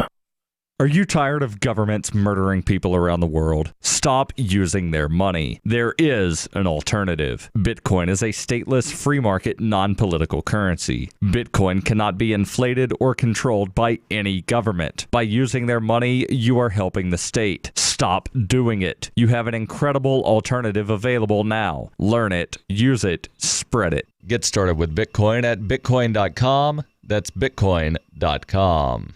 Divvy's been a pretty good investment for Free Talk Live. Their ad campaign started in September 2019, and from mid-March to mid-July, the values soared by 10 times. It's not too late. Divvy's new wallet hasn't even released yet, and other things are happening that I can't even say on the radio. If you want to invest and potentially do well, go to DivvyProject.org. I can tell you that FTL is deepening its partnership with the guys from DivvyProject.org. Past performance is not an indication of future profit. DivvyProject.org. DIVI Project.org. Look, I'm sorry, but you're in for a world of pain if you use Koinomi. The reason is their wallet doesn't support payments. The solution is simple. Let them hear your voice. Message Koinomi on Twitter, it takes 5 seconds, and tell them AnyPay sent you, because they're on the fence right now, and your voice will prove that people care about using Bitcoin for payments. Go tweet at Koinomi now. Or even better, leave a review in the App Store. They really pay attention there. Thanks. I'm grateful to have heard from some of our satellite listeners recently. I appreciate knowing that people are out there who like what we do and are willing to support it financially. LRN.FM's free-to-air satellite feeds blanket most of 2 continents. It was my goal to put our channel there so people without internet could receive our programs and feed pirate radio stations. We started a fundraiser on Patreon a few years ago to back the satellite channels. I recently announced that I was considering canceling the feeds, and donations increased from 15 to 20% of our costs, which are around $1,000 per month. That's a good start, and to incentivize more contributions, the Shire Free Church will be matching every dollar. Can we reach $500 per month? With your help, we can. You can join our satellite fundraiser for just $2 a month at fund.lrn.fm. If we raise enough to keep both of the channels on the air, awesome. If we raise more, I'll add more channels. If not, we can shut them down and go internet only. It's up to you. Thank you for your support. fund.lrn.fm. There are lots of ways to listen to Free Talk Live. Our podcast has been around since podcasts began, and now the FTL feed is loaded with content besides our full show archives. Did you know that we make it easy for you to customize your podcast subscriptions? We have different feeds, one that includes only our full shows, one with just the Daily Digest, and our main feed that includes everything. You decide what you listen to. It's quick and easy to customize your feeds at feeds.freetalklive.com. That's feeds.freetalklive.com. Bitcoin.com has launched a trading platform at local.bitcoin.com, allowing you to buy or sell Bitcoin Cash via dozens of payment methods like PayPal, Venmo, bank deposit, remittances, or meeting in person with cash. There are no ID requirements to sign up for and use the site, and all communications between buyers and sellers are encrypted. Finally, a global trading platform that respects your privacy. Visit local.bitcoin.com to get started trading Bitcoin Cash. local.bitcoin.com. You can stick it to the man and big tech. Join our FTL social mastodon at social.freetalklive.com.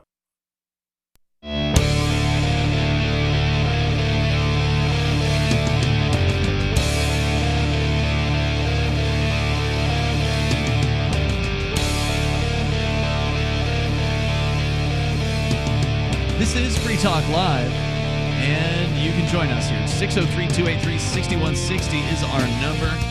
See you, Nobody and Chris in the studio. 603-283-6160. By the way, AnyPay 2.0 is here, and crypto payments are now faster than ever. If you're using Edge Wallet, Hand Cash, Bitcoin.com's wallet, or Dash Wallet, your experience should be smooth. But if you're using another wallet like Coinomi or Exodus, it's probably not going to work at all because those wallets need to do an upgrade, and there are ways to encourage them to do that sooner rather than later. You can go to anypayinc.com/upgrade to do that. That's anypayinc.com/upgrade. They'll tell you a little bit about why some wallets work and others don't, and then what you can do to help by contacting the programmers behind Coinomi, Exodus, RelayX, Bread Wallet, and go to anypayinc.com/upgrade to learn how to do that. We sure would appreciate it. That's anypayinc.com/upgrade, and you will help make the cryptocurrency marketplace a better place for everybody to make payments.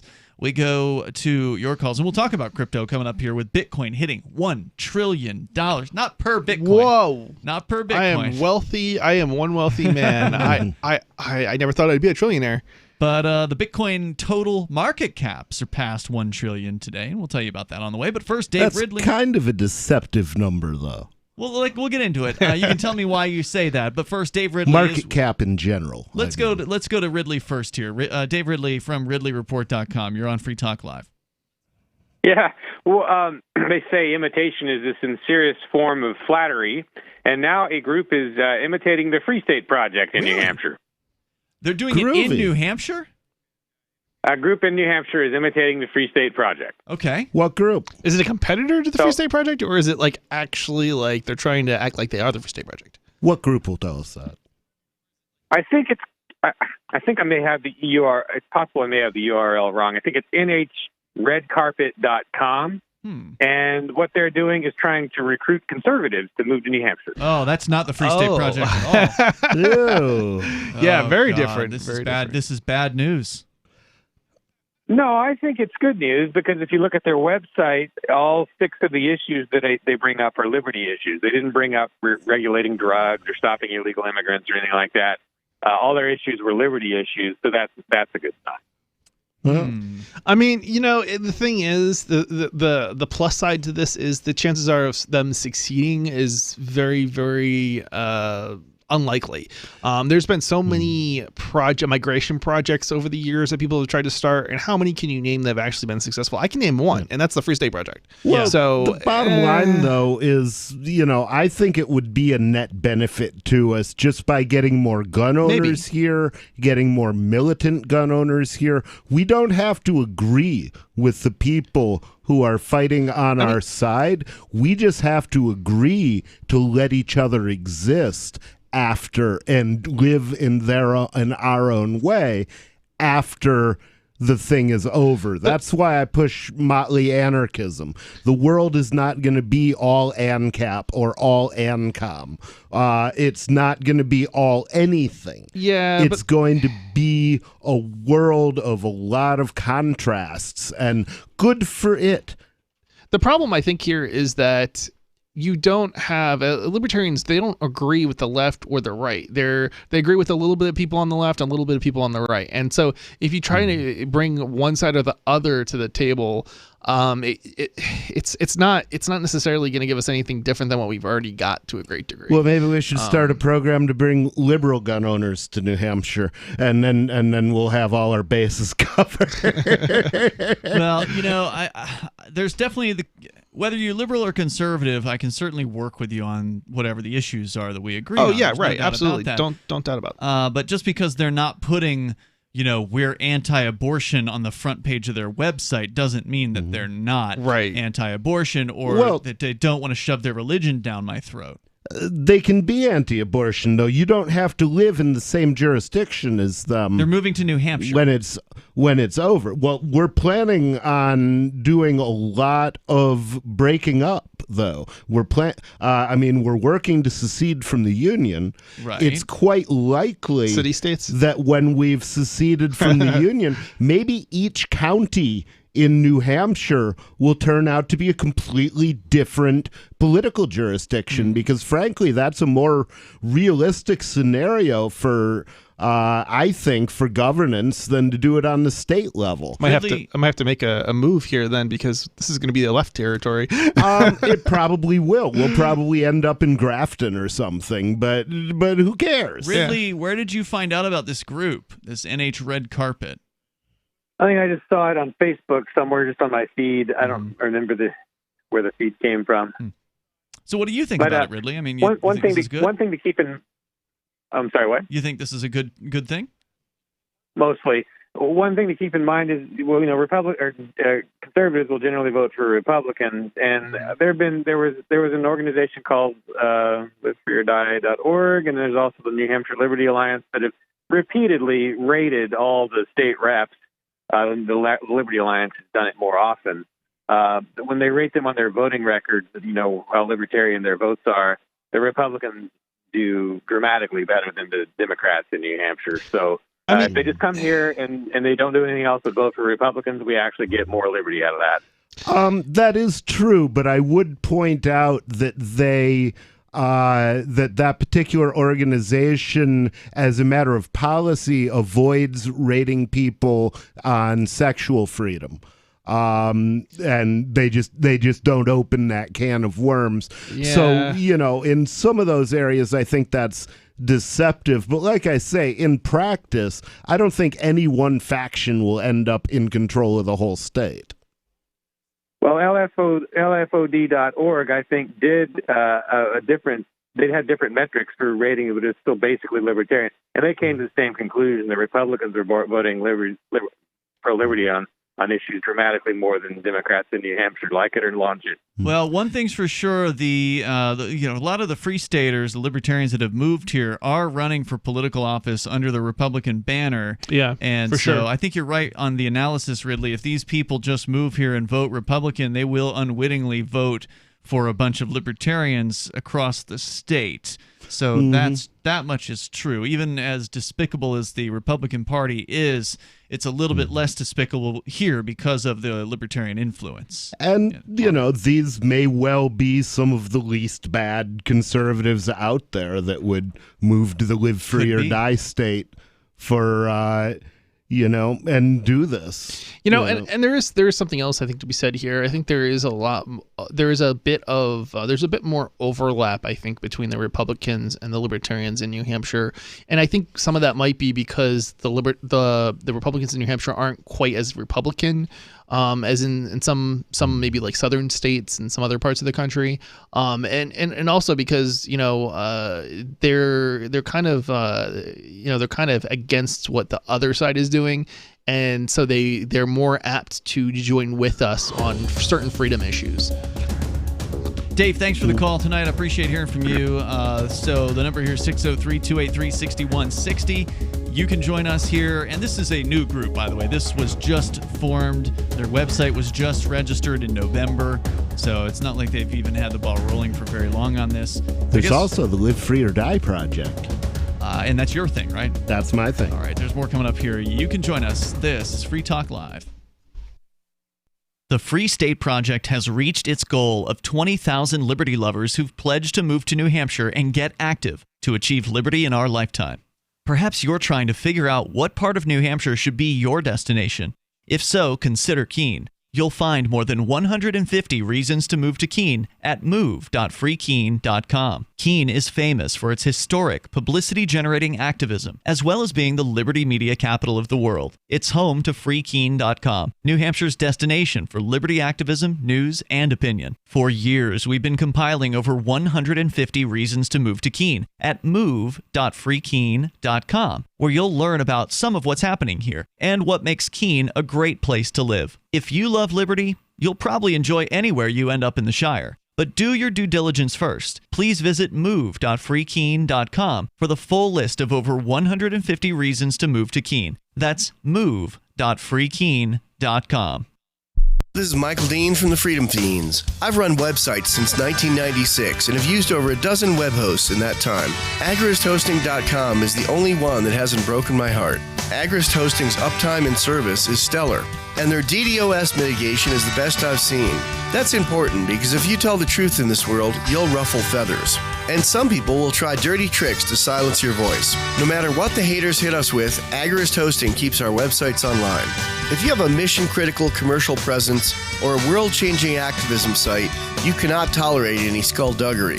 So go with agristhosting.com. Have a WordPress or blog site, but you're not satisfied with performance or uptime? Or just want raw hosting? Want to pay with Bitcoin? Agrist Hosting specializes in high-performance hosting with personalized service. Go to agristhosting.com and click on the button that says Get Hosted. That's agristhosting.com.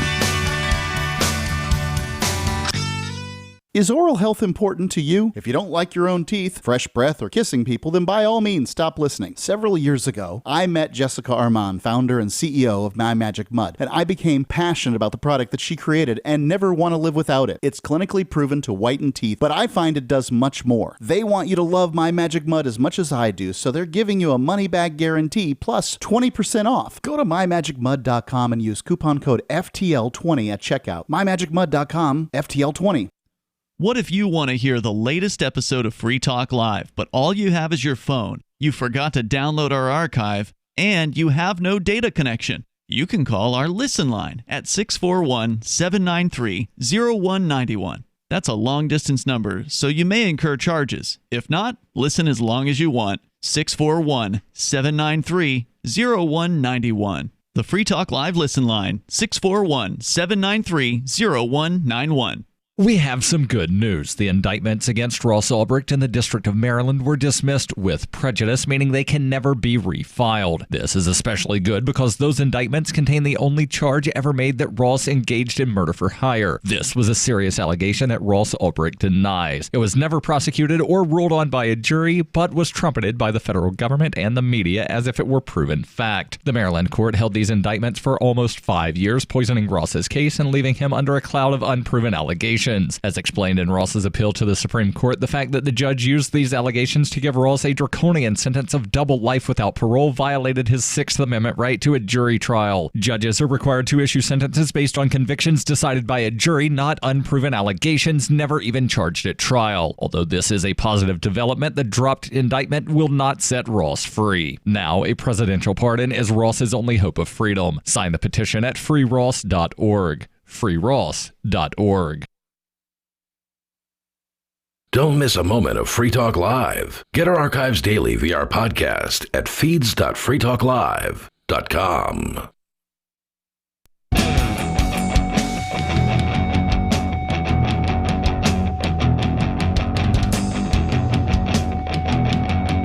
This is Free Talk Live. If you want to join us here, the number is 603-283-6160.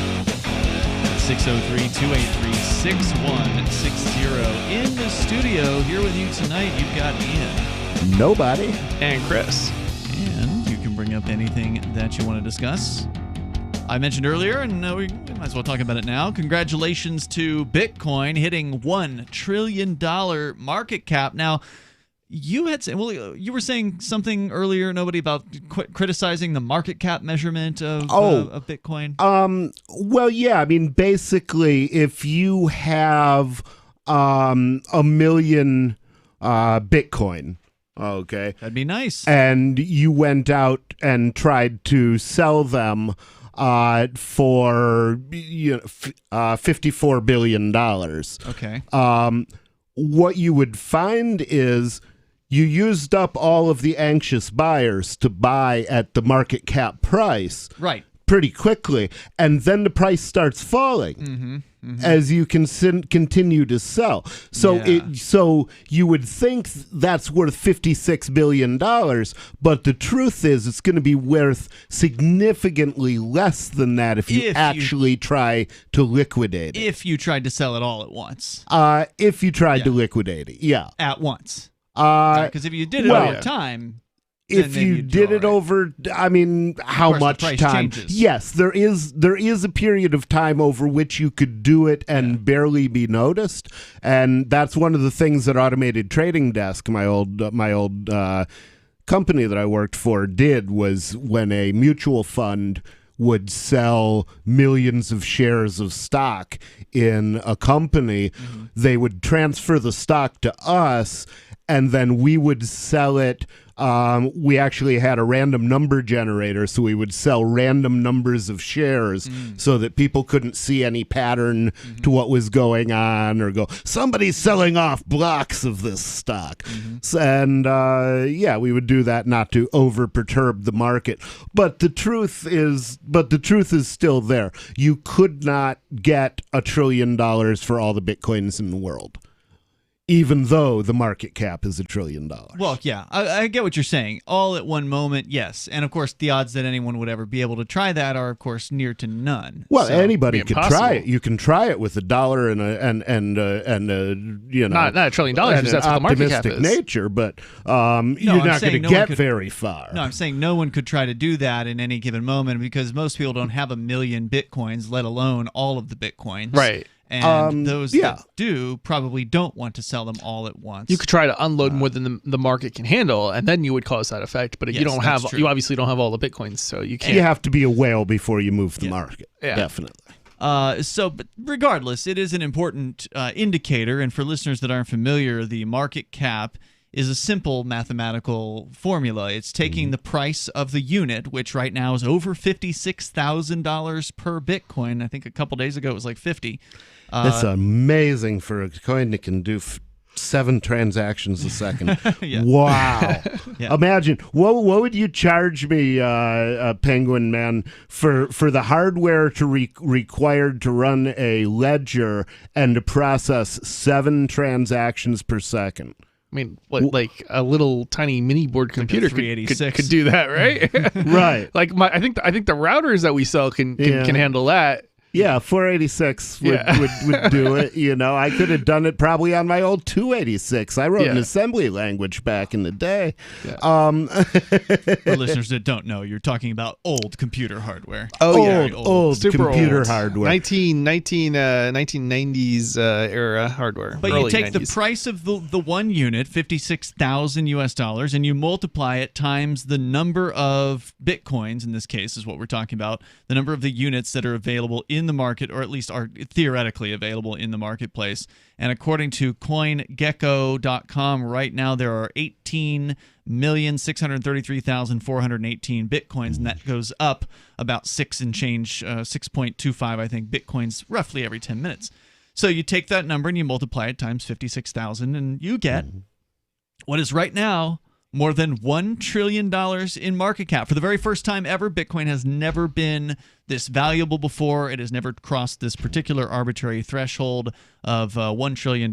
So kudos to Bitcoin for that. According to CNBC, that happened earlier today, as they say here that it rose above $55,000 for a daily gain of more than 6%, according to Coinmetrics. The price of Bitcoin has now gained about 360% over just the past 6 months. Wow. And before the recent surge, the digital asset had never traded above $20,000. The move has been fueled in part by increased adoption of Bitcoin by major investors and companies. The oldest bank in the United States, Bank of New York Mellon, announced earlier this month it was moving into the space. Elon Musk's Tesla converted some of its balance sheet cash into Bitcoin earlier this year and said it would start accepting the digital tokens as payment. By the way, Elon Musk, who is now apparently the richest man in the world, he's been commenting about Bitcoin and fiat money on his Twitter profile. That's a good thing. I mean, he's been trashing on government fiat money. I'm surprised that he didn't look at the technology more closely, though, and say, okay, there's more than one way to process transactions, and they're not doing enough to be worth that. Well, he may have, sorry to say that, but he may have actually looked at the technology, because if you look at some of his recent comments, and I'll pull him up here, he's not exactly a huge fan of Bitcoin. What were you going to say? Yeah, so I think people don't necessarily understand why people find cryptocurrency so interesting and valuable. And it comes down to, I think what it ultimately comes down to is dollar what do you call it? Dollar cost averaging? I believe that's a good investment strategy. So yeah, I mean, so I don't even see it as an investment strategy. So it is. But okay, so basically, if you have crypto and you have it in your pocket, let's say, right, and you can't actually put crypto in your pocket. Whatever. You would need a figuratively speaking, to right? Hold that on. Okay, and you have dollars in your other pocket, let's say, right? Well, if you move those dollars over to the crypto pocket, and you spend crypto instead of holding those dollars, over time, you'll actually end up with more money, even though you're spending the same amount of money, whether it's crypto or dollars. So you end out ahead. Now, you might lose money at some points because you're spending on the down when crypto becomes worth less. But overall, you'll end up in the long term having more crypto and more valuable. So unlike the dollar, where if you hold the dollar and you spend it over time, it's just going down. So you're going to end up with less and less and less. So if you're saving up for that new house, the house will get more expensive faster than you will be able to save money quite frequently. Depending on, I shouldn't say fast. Yeah. Basically, your dollars will be shrinking. The target will be getting farther away. You're better off saving in crypto than you are saving in dollars. I would agree with that. Over time, I would specifically, BTC is way overpriced. I understand. It doesn't have to be BTC. Diversify your assets a little bit. Here's what Elon Musk said on February 18th on his Twitter profile, at Elon Musk. He was talking about Tesla investing $1.5 billion into Bitcoin, which was just happened a couple weeks ago. He said, Tesla's action is not directly reflective of my opinion. Having some Bitcoin, which is simply a less dumb form of liquidity than cash, is adventurous enough for an S&P 500 company. He followed that up by tweeting again, saying, to be clear, I am not an investor, I am an engineer. I don't even own any publicly traded stock besides Tesla. However, when fiat currency has negative real interest, only a fool wouldn't look elsewhere. Bitcoin is almost as BS as fiat money. The key word is almost. Yep. Yeah. So he's not a huge fan of Bitcoin. Yeah. He just knows it's better than dollars. I think we can. The thing is, we will be able within the next few years to do much better than Bitcoin, because face it, the value of processing transactions is not equal to the value of the transactions. There's a lot of issues with Bitcoin and crypto in general. We have time to improve on it, though, and it's still better than the dollar. Yep, and there's more time for you to join us here at 603-283-6160. It's Free Talk Live. Join liberty-minded voluntarists, anarchists, and libertarians from June 28th through July 4th for ForkFest 2021 at Rogers Campground in the beautiful White Mountains of New Hampshire. ForkFest happens the week after the Porcupine Freedom Festival, and ForkFest is decentralized, which means no one is in charge. That also means there's no ticket cost. Just reserve your camping, RV site, or motel room with Rogers Campground for June 28th through July 4th. Where better to celebrate Independence Day than around other freedom-loving activists in the Shire? You can relax and enjoy the camaraderie of like-minded people, or you can create whatever experience or event you'd like others to have. If you're planning an event for ForkFest, be sure to let others know in advance. You can connect with fellow ForkFesters via the unofficial Telegram chat or the ForkFest forum. Links to those are on the unofficial website, forkfest.party. Mark your calendar for June 28th through July 4th, 2021. We'll see you at forkfest.party. There are basically two types of advertising, direct response and branding. Radio's great for direct response with its low cost to listener ratio, but audio can't be beat for branding, which is a longer-term endeavor. You want to be the first thing that someone thinks of when they think about your product or service. If you have a local business that you want kept top of mind in your community, call the station. If you need national reach, Free Talk Live's got around 200 radio stations, millions of monthly listening sessions, can suit all budgets, and if we don't think we're right for you, we'll tell you. Email me, mark@freetalklive.com. Tired of cancel culture? Sick of mega tech corporations holding an axe over your head? Join the LRN.FM Matrix chat server. It's self-hosted, so no one else can tell us what to do or say. Don't like the existing channels? You can make your own. You can even connect into some of our channels from other Matrix servers. It's federated. For the full LRN.FM Matrix experience, though, you should join our server via the step-by-step instructions at chat.lrn.fm. Chat.lrn.fm. In order to more accurately portray the risks of smoking, the FDA has approved putting a picture of Trish on the cover of all cigarette packs. Clinical trials suggest that images of diseased organs, corpses, and deformed infants all prove less effective than a single photograph of Trish smiling. Smokers can expect to see the graphic campaign as early as next month, paired with a simple line of text that reads, "Cigarettes cause Trish." In Science News, a new study finds that every style of parenting inevitably produces disturbed and miserable adults. Despite a great variance in parenting styles across populations, from overprotective to permissive, the end product is always the same, a profoundly flawed and joyless human being. One bright note of the study, adults can find temporary happiness when they're able to perpetuate the cycle of human misery by having children. In other news, the Pulitzer Board adds a giant pumpkin category, and a local man's utter failure in life is a bit of a sore spot. For more news, visit theonion.com/newsbeat. This is the Onion News Network. Some of you asked, and now we've delivered. LRN.FM's live Keene, New Hampshire studio shows are now streamed in HD on Twitch. Visit our channel at twitch.lrn.fm and give it a follow. If you have Amazon Prime, you get one free subscription on Twitch. If you use it on our channel, Twitch will give LRN.FM a monthly piece of your Prime subscription cost. So please watch, follow, share, and subscribe to twitch.lrn.fm. That's twitch.lrn.fm. Looking for a great real estate investment? Consider New Hampshire, which is ground zero for the Liberty Movement. Your first call should be to Mark Worden from Porcupine Real Estate. He's more than just a real estate agent. He's your New Hampshire concierge. Where are the best places to live? Do you want farm, city, the burbs, or forest? Do you want a duplex or multifamily building so that renters pay your mortgage? There are homes in all price ranges in New Hampshire, and Mark can help with financing too. Invest in liberty and property. Mark Worden can help. PorcupineRealEstate.com. We're still not sure why you'd want to watch, but our video feed is streaming nightly for free at cam.freetalklive.com.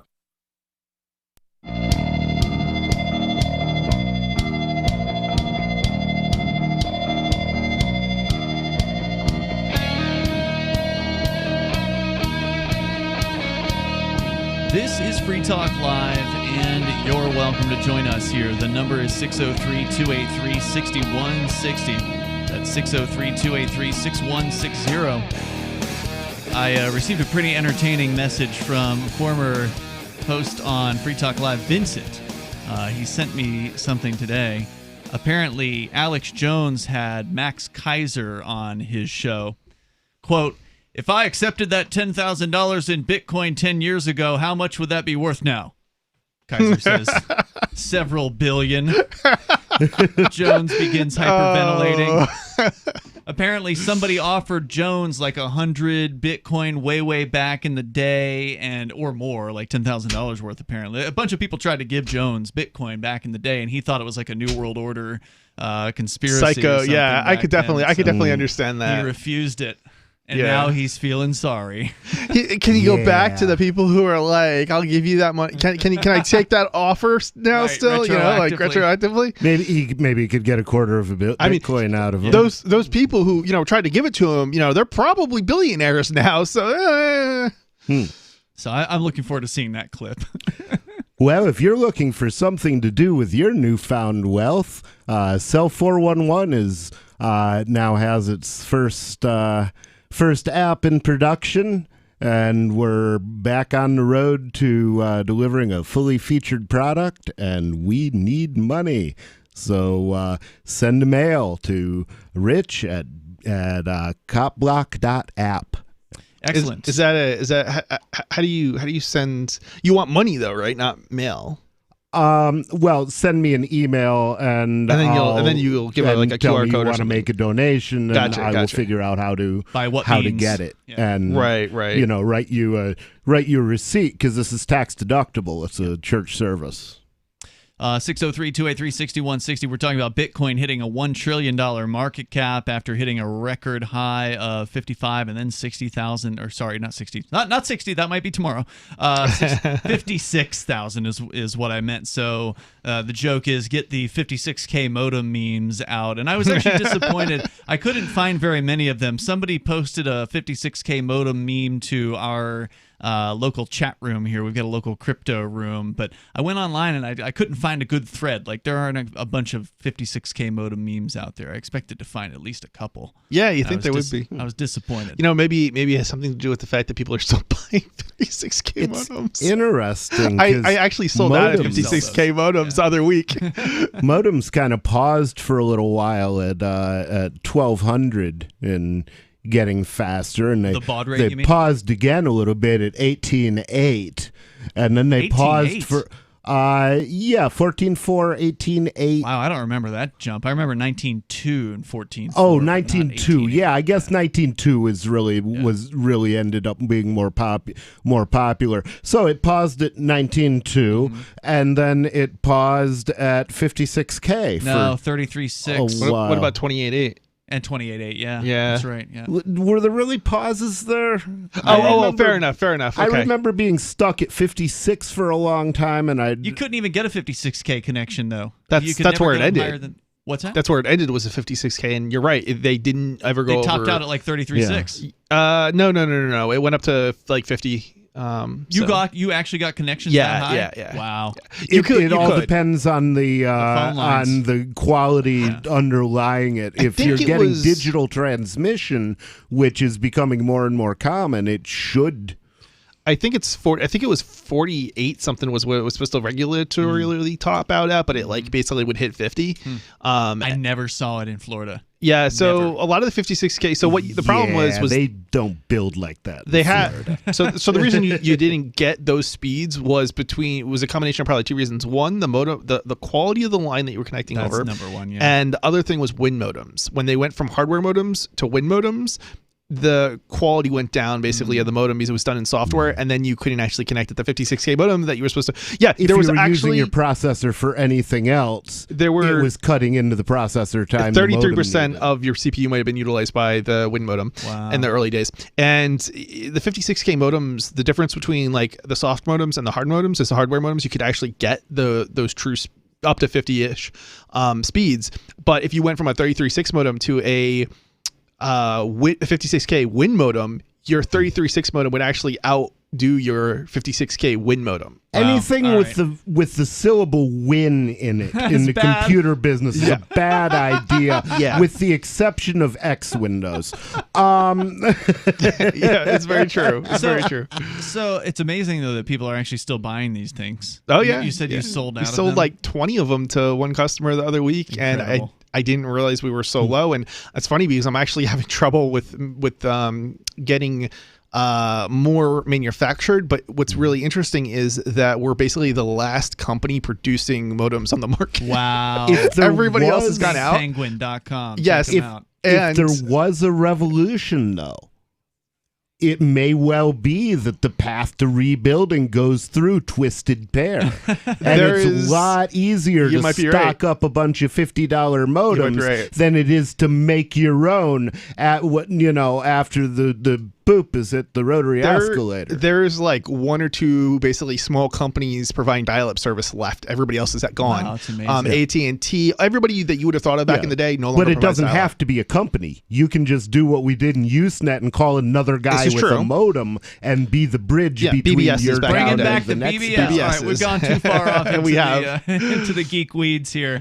603-283-6160. I have to be careful because if I can talk the geek talk with you guys, we might go too far. It can be a little bit of it can be entertaining, I think, to some listeners, but definitely if you take it too far, you you have lose to be over people. the We age of should 45 do a geek talk show, though. He does. It's every it's every Freedom Decrypted Saturday. every Saturday. Not geek news. I mean, just geek babble. Well, yeah. I mean, if I have somebody on the show, we'll talk geek too. Check out Chris. He's got a show. It's called Freedom Decrypted. It's every Saturday afternoon starting at 5 p.m. Eastern Time. You can watch it. You can listen to it. It is usually like 3 hours? Yeah, 3 hours.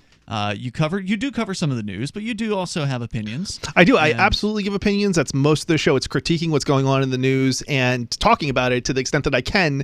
I don't always have a co-host, unfortunately, but when I do, we get more talk in there, just like Free Talk Live. Sometimes you even have Stone on as a co-host. Yes, Stoner or Mr. Stone is.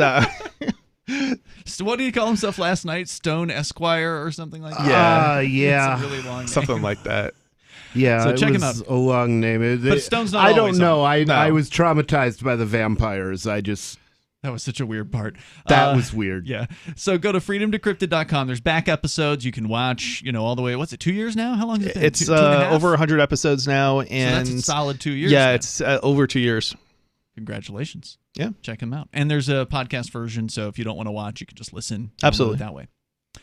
So we're talking about the rise in the Bitcoin price hitting over $1 trillion in market cap. I mean, just several weeks ago, a few months ago, we were celebrating all of crypto hitting $1 trillion for the first time. So every crypto out there combined in their market cap hit $1 trillion. Now it's just Bitcoin that has hit the trillion. So Bitcoin alone is now up at $1 trillion. And they're like 60% of the market now? Yeah, it's about 60%. That's right. So Bitcoin, according to CNBC, has started to get so big that it arguably creates its own demand as companies and institutions begin to make forays into a field they wouldn't have touched a few months previously. Deutsche Bank research strategist Jim Reed said in a note, further, quote, ironically, it's turning itself into a credible asset class to many by rallying so much of late and also by getting increasing institutional buy-in. Market value is calculated by multiplying the price of Bitcoin by the number created. While not a perfect comparison, the $1 trillion market value would make Bitcoin's value greater than all but a handful of the world's stocks. Tesla, for instance, has a market cap of around $700 billion, while Apple is valued at more than $2 trillion. So Apple, by the way, is the number one of all the publicly traded companies in the United States. And the last time we checked the list, Bitcoin was closing in on like the top 3. How can that's really strange. Where's Tesla? It was at like number 5. Okay. I'll pull the list up for you in case you. But of course, Apple's in many hands, so that it's a widely held corporation. It's not comparable.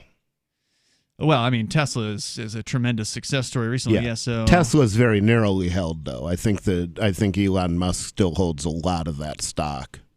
Yeah, so Tesla looks like So Apple, you got at 2.1 trillion, Microsoft at 1.8 trillion, Amazon 1.6 trillion, Google at 1.4, and then Tesla at 7.5. So Bitcoin is in between Tesla and Google now in its value.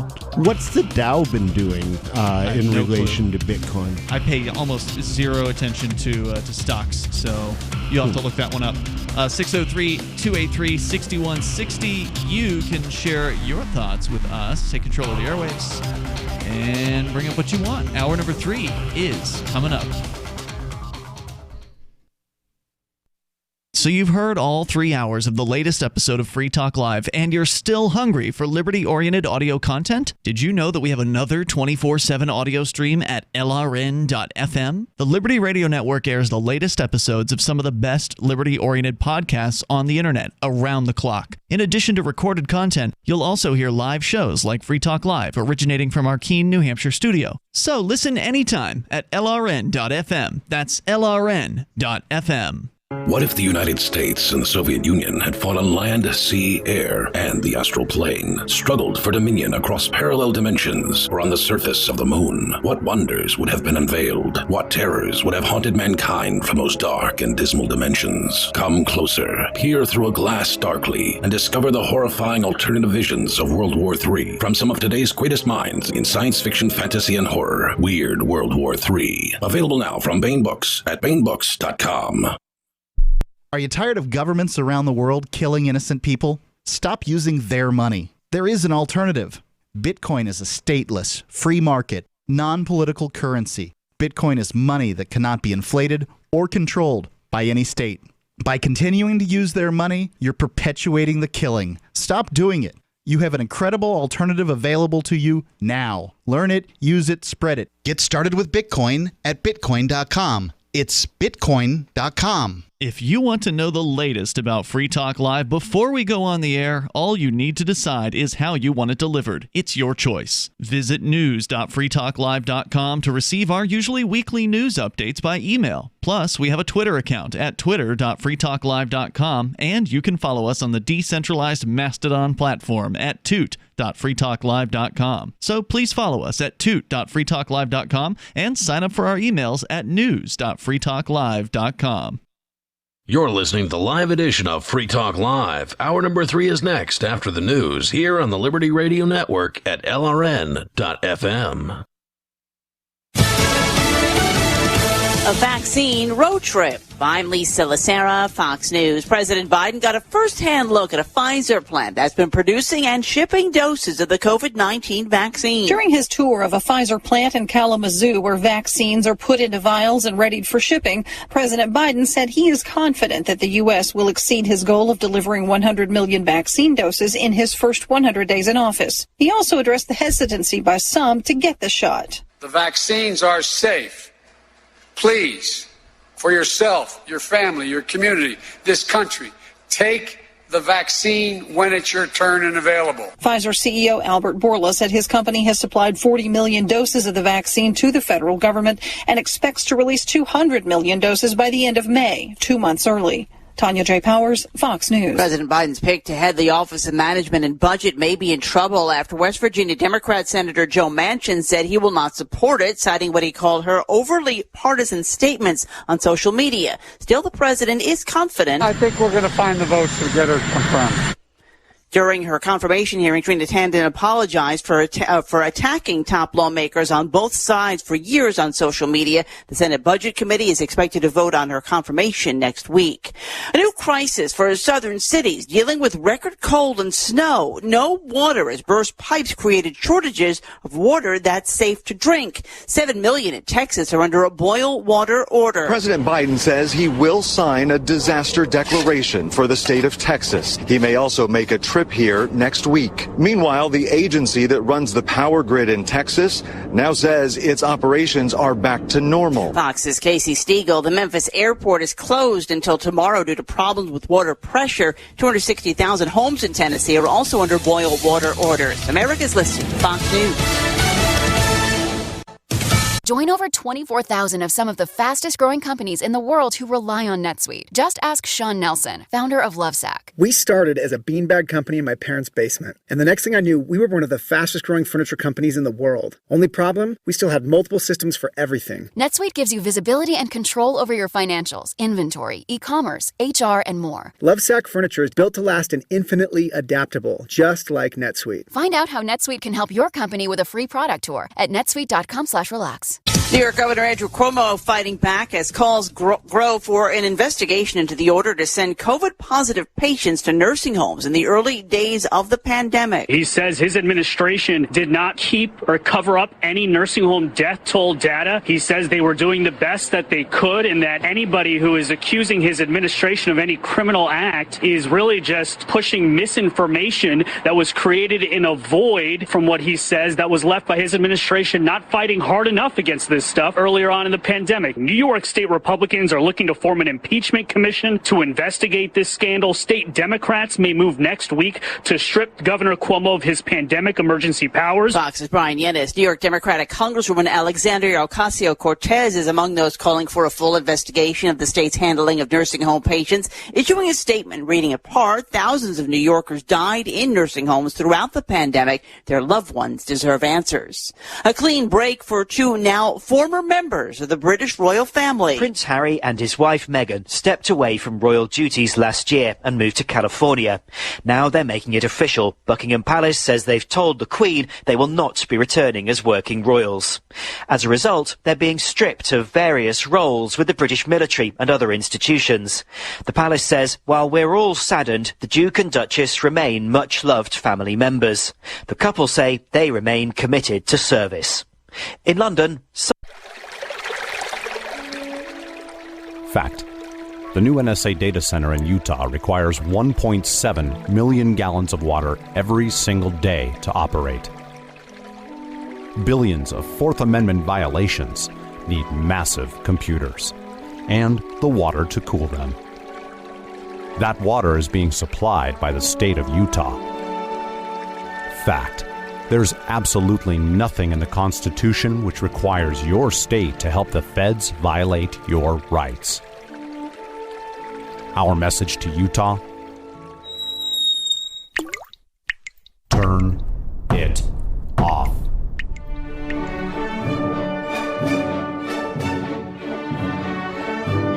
No water equals no NSA data center. Visit offnow.org.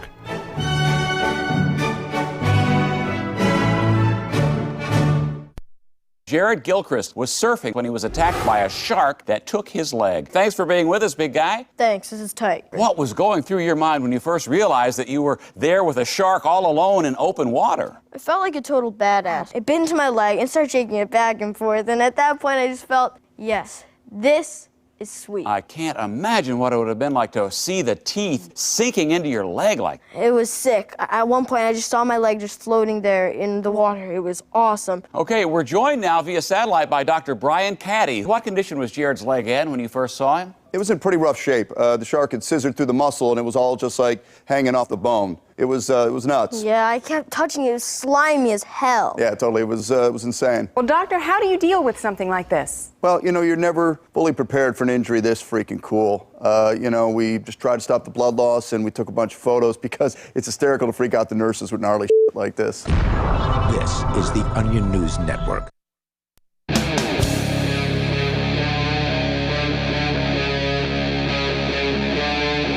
Free Talk Live.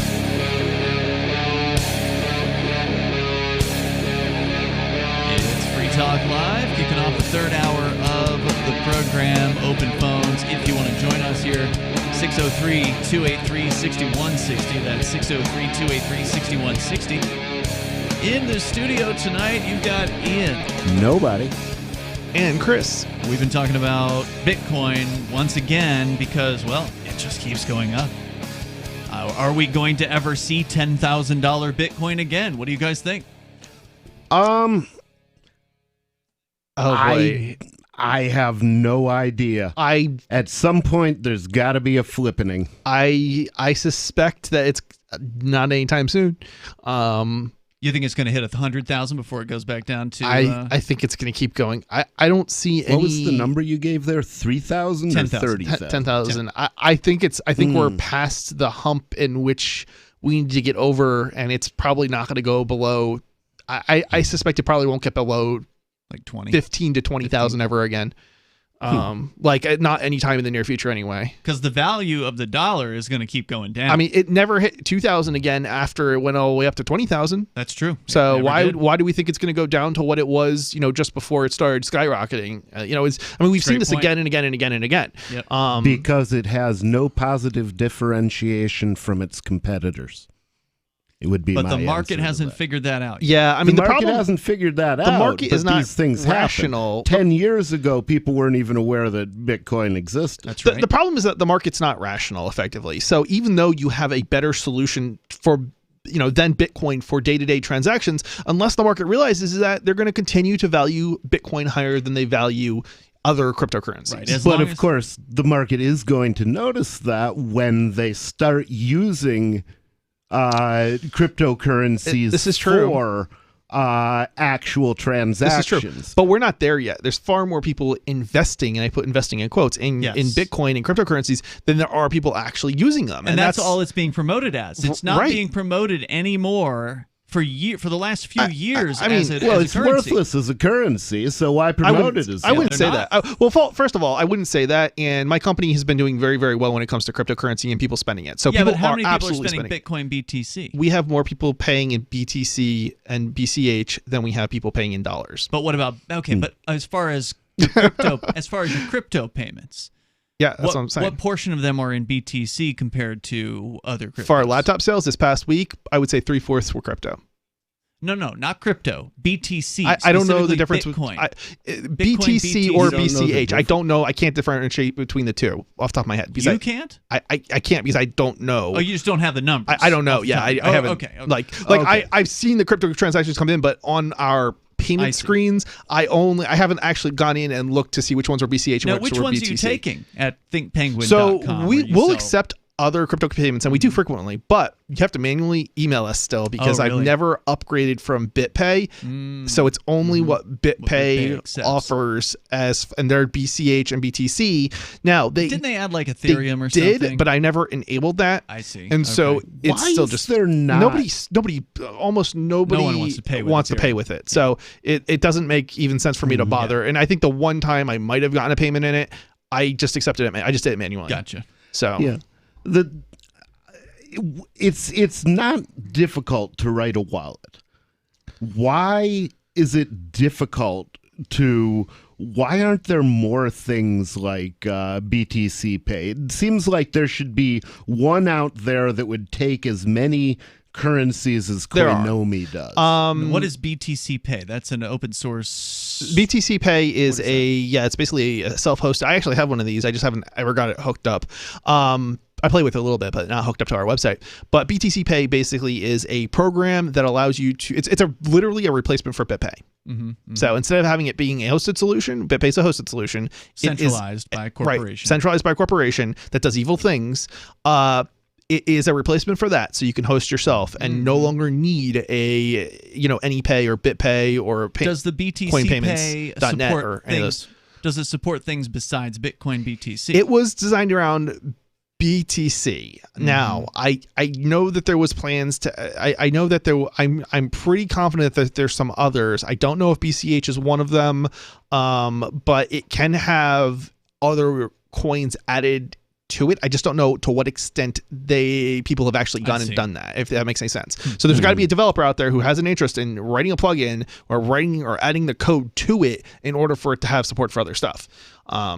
Yeah, see, that's a perfect opportunity for a library. Somebody needs to write an implementation of a full HD wallet so you can just plug it in. Getting too far off in the weeds here, guys. So 603-283-6160 is the number if you want to talk about programming. There's probably a better location to do that, but let's try to keep things a little bit more general as far as the discussion. So we were talking about... You got it, General. All right. We were talking about cryptocurrency, specifically Bitcoin hitting $1 trillion. And nobody, as usual, you bring up your objection that the market is unaware that Bitcoin BTC is not ready for prime time. It's not a currency. It's not usable as a more currency. Importantly, it was forgivable that BTC was not ready for prime time when it was first released, because it wasn't prime time yet. No. But the thing is, now it has competitors that are ready for prime time. So here's the question, I think. But no one knows about the competitors. Virtually. Well, people are learning about the competitors very steadily. Slowly but steadily. Yeah. I mean, BCH has risen faster than BTC over the last month. The question I think that it comes down to is whether or not BTC is going to adapt to the change fast enough in order to counter the advantage in the real world that BCH has over it currently. So BCH is Bitcoin Cash. Right. So BCH or Bitcoin Cash can basically, there's more transactions that it can handle per second than by Bitcoin. a factor of 20. Right. So, and there's other cryptos that can do even better than that. So the question is whether or not Bitcoin, the developers behind Bitcoin, adapt and they do it before the rest of the world gets on board. The thing is, they're not doing it. They're not. But if they what happens if it does to happen? adapt, there never would have been a split with BC. You're probably right, but there are people who will tell you, well, Bitcoin has its solution, and you guys know what I'm talking about, right? The Lightning Network. They're going to claim that people have that there is a solution, and it's coming, and there's some support for it now, and they're probably right. There probably is more support for it now. So. Do you think that's going to roll out and succeed? Because it's been years now, and let me know when it actually launches. There are things that the Lightning Network is good for. If I was running a Bitcoin casino, I would definitely be a Lightning node or a Bitcoin exchange. Oh, I would think you would want to do Monero. What? I would think you'd want to go with Monero. You'd want to do Monero as well. But you could definitely do it as, to the extent that you're doing Bitcoin, you could do it as a Lightning node, because the whole thing there is everybody throws their money into one bag and then somebody else does the bookkeeping inside the bag. So that's a perfect setup for a casino. Or an exchange, any place where people have monetary accounts with you that they're trading, but it's not a general purpose solution, because, when you go out to a restaurant, maybe you're not on the same Lightning node as they are. Maybe you haven't put down a deposit with their particular node. And then you're paying the crazy transaction fees. Yeah, and then the nice thing is people are still paying for stuff with Bitcoin, and only high dollar value stuff. You're not going to go out and buy a meal with Bitcoin unless you're crazy. You would think, and you're probably right about the meal thing. Yeah. However, people are buying computers and things of that nature with Bitcoin still. Those generally are more expensive than I'm still hamburger. Spending it. I did just spend. I did because I'm receiving it. Right. I did just spend $1,200 on some car repairs, and I paid with BTC because I wanted the owner to, this is what I'm talking about. To have some BTC. I wanted him to have some. Yeah, this is what I'm talking about, though. 603-283-6160. That's 603-283-6160. But if it were a $50 fee, I probably wouldn't have done it. I only spend Bitcoin Cash locally. I don't do Bitcoin. Yeah. Not usually, anyway. All right. So there's more coming up here, and you can share your thoughts with us. 603-283-6160. Bitcoin has hit $1 trillion market cap. Are you tired of governments murdering people around the world? Stop using their money. There is an alternative. Bitcoin is a stateless, free market, non-political currency. Bitcoin cannot be inflated or controlled by any government. By using their money, you are helping the state. Stop doing it! You have an incredible alternative available now. Learn it, use it, spread it. Get started with Bitcoin at bitcoin.com. That's bitcoin.com. Divvy's been a pretty good investment for Free Talk Live. Their ad campaign started in September 2019, and from mid-March to mid-July, the values soared by 10 times. It's not too late. Divvy's new wallet hasn't even released yet, and other things are happening that I can't even say on the radio. If you want to invest and potentially do well, go to divvyproject.org. I can tell you that FTL is deepening its partnership with the guys from divvyproject.org. Past performance is not an indication of future profit. divvyproject.org. DIVI project.org. Want to accept Bitcoin at your online store? There's a good chance you already have what you need: a WordPress using WooCommerce and a Bitcoin address. Now all you need to start taking Bitcoin payments on your website is the AnyPay app on your Android or iPhone. Just paste your Bitcoin address into AnyPay, then connect it to your website with our one-click plugin for WordPress. Now your website takes Bitcoin, start to finish in 15 minutes or less with no complicated steps. Download AnyPay from the App Store today. The LRN.FM social media channels have been revamped. We've eliminated Facebook and focused on other platforms like Twitter and Mastodon, the decentralized alternative to Twitter. On our accounts, you'll find posts from multiple LRN.FM show hosts together in one place. Follow us on Twitter at twitter.lrn.fm, or better yet, move to the decentralized Mastodon social media platform at toot.lrn.fm, toot.lrn.fm. I think you'll like it. Why did you move to the Shire? I moved here to the Shire because there's other people around who take liberty just as seriously as I do. I moved to the Shire because I saw videos of people challenging authority and thought that I could get support myself. It called to me, like, do this, right now. I wanted to be around people like me who got it, and once I got here, I knew there was nowhere else that I wanted to be. I've always wanted to change the world, so I moved to the Shire to join people who were actually working towards doing the same thing. The people here are awesome, loving, and positive. It was for the adventure and for the feeling of something important is happening here, and I just wanted to come to sort of be part of that. Visit ShireSociety.com to read and sign the Shire Society Declaration and learn the reasons why, if you love liberty, you should immigrate to the Shire. Plus, connect with others via the forum at ShireSociety.com. That's ShireSociety.com. There are lots of ways to listen to Free Talk Live. Our podcast has been around since podcasts began, and now the FTL feed is loaded with content besides our full show archives. Did you know that we make it easy for you to customize your podcast subscriptions? We have different feeds, one that includes only our full shows, one with just the Daily Digest, and our main feed that includes everything. You decide what you listen to. It's quick and easy to customize your feeds at feeds.freetalklive.com. That's feeds.freetalklive.com. So you've signed the Shire Society Declaration and are planning your move to New Hampshire to be around more liberty-oriented people. Next, sign up for the Shire Society Forum at forum.shiresociety.com. There are a bunch of people there who are already in the Shire, and they want to meet you. If you're already in the Shire physically, you should also come by the forums. Remember, not everyone uses Facebook. New people are signing up for the Shire Society Forum every month, so drop in and say hello at forum.shiresociety.com. Yep, we still do email. Drop your email address in the entry box at freetalklive.com, and you'll be kept in the loop with Free Talk Live.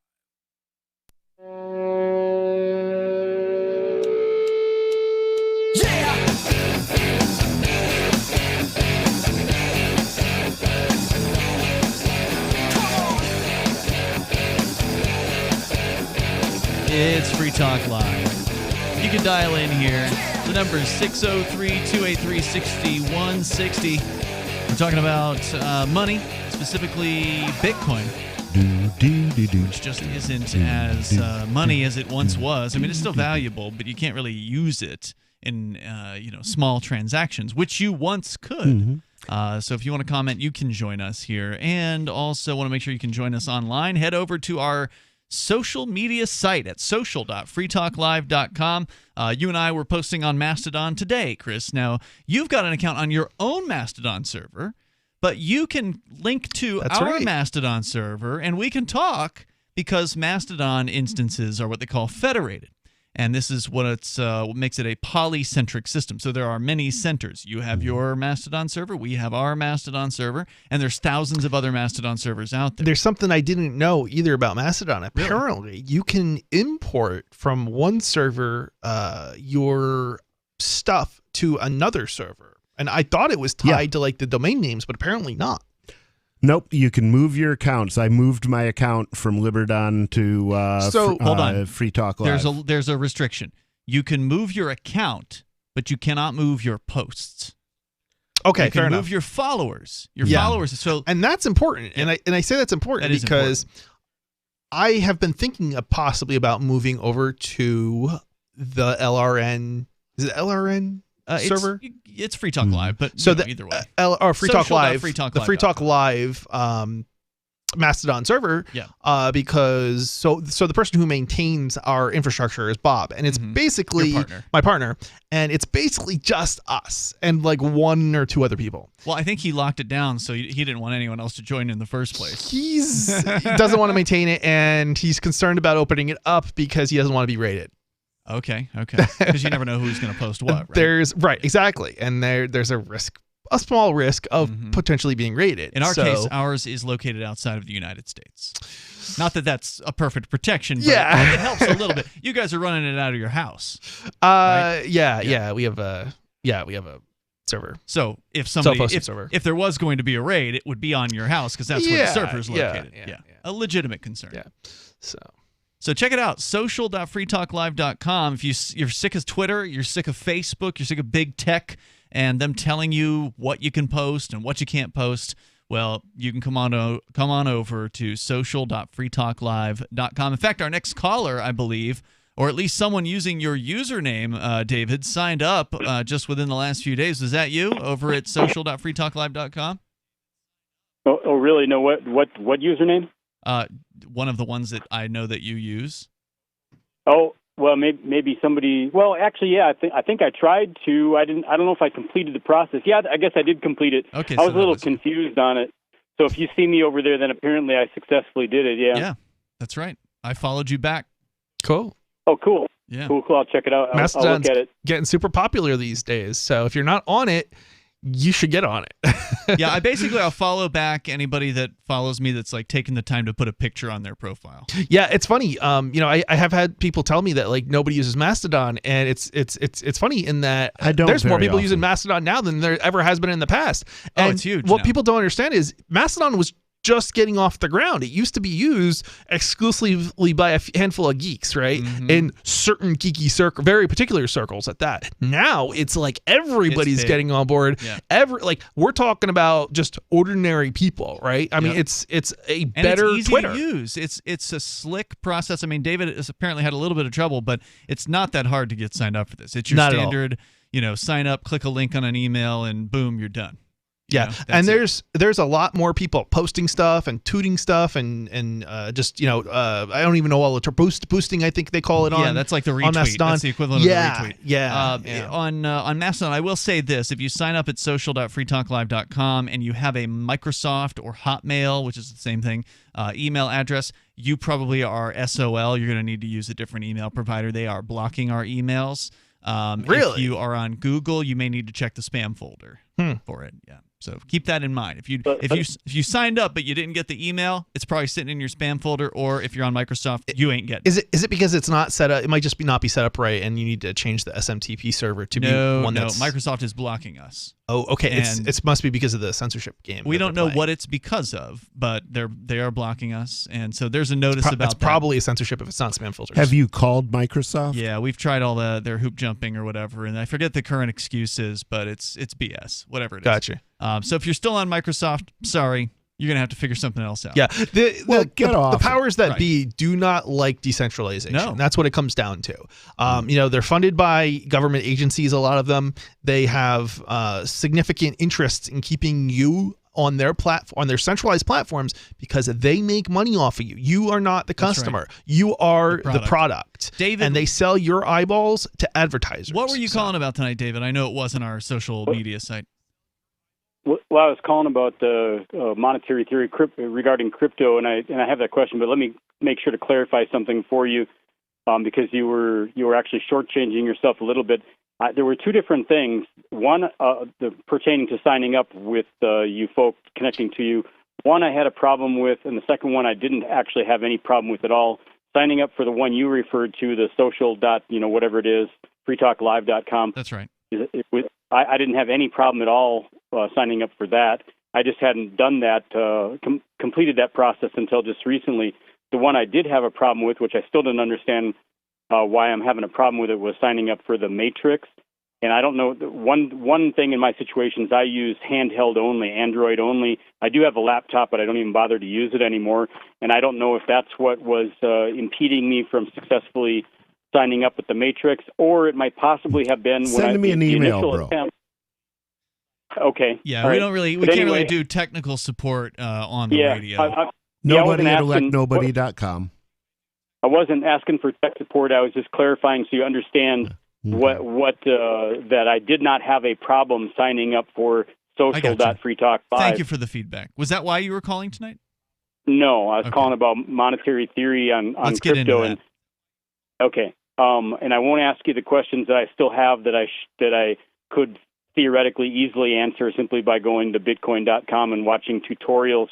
So I won't ask you those questions, but let me ask you about something you were already talking about, and nobody has been pushing it, talking about it recently, and that's the first I've really heard people get into the question that I have to the depth that I have. And let me ask that, and that is that it occurs to me as somebody who really knows nothing compared to you guys on cryptocurrency that Bitcoin is going up, and so speaking in short, it's been a good investment to this point.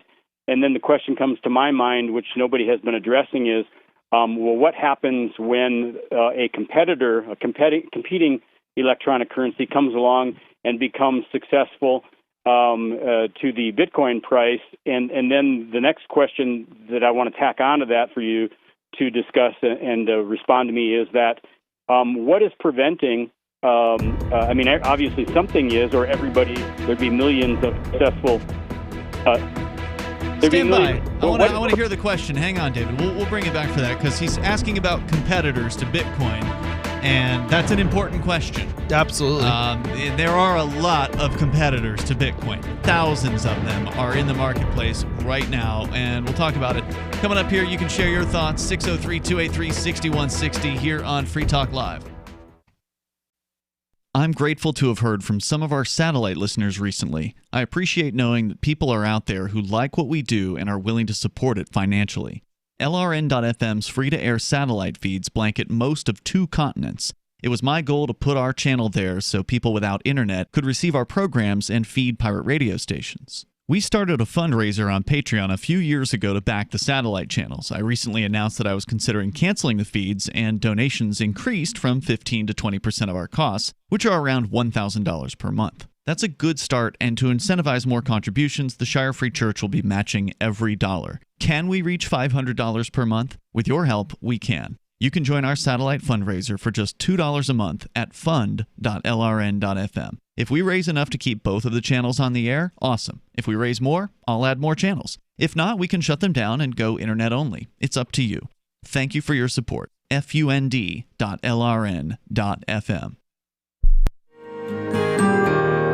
So the protection of life, liberty, and property is what the Free State Project is all about. But it's an effort to move 20,000 people who understand. It's about demonstrating to the entire country that, yeah, we can have a free market, a truly free market. Making it just a freer, great place to live.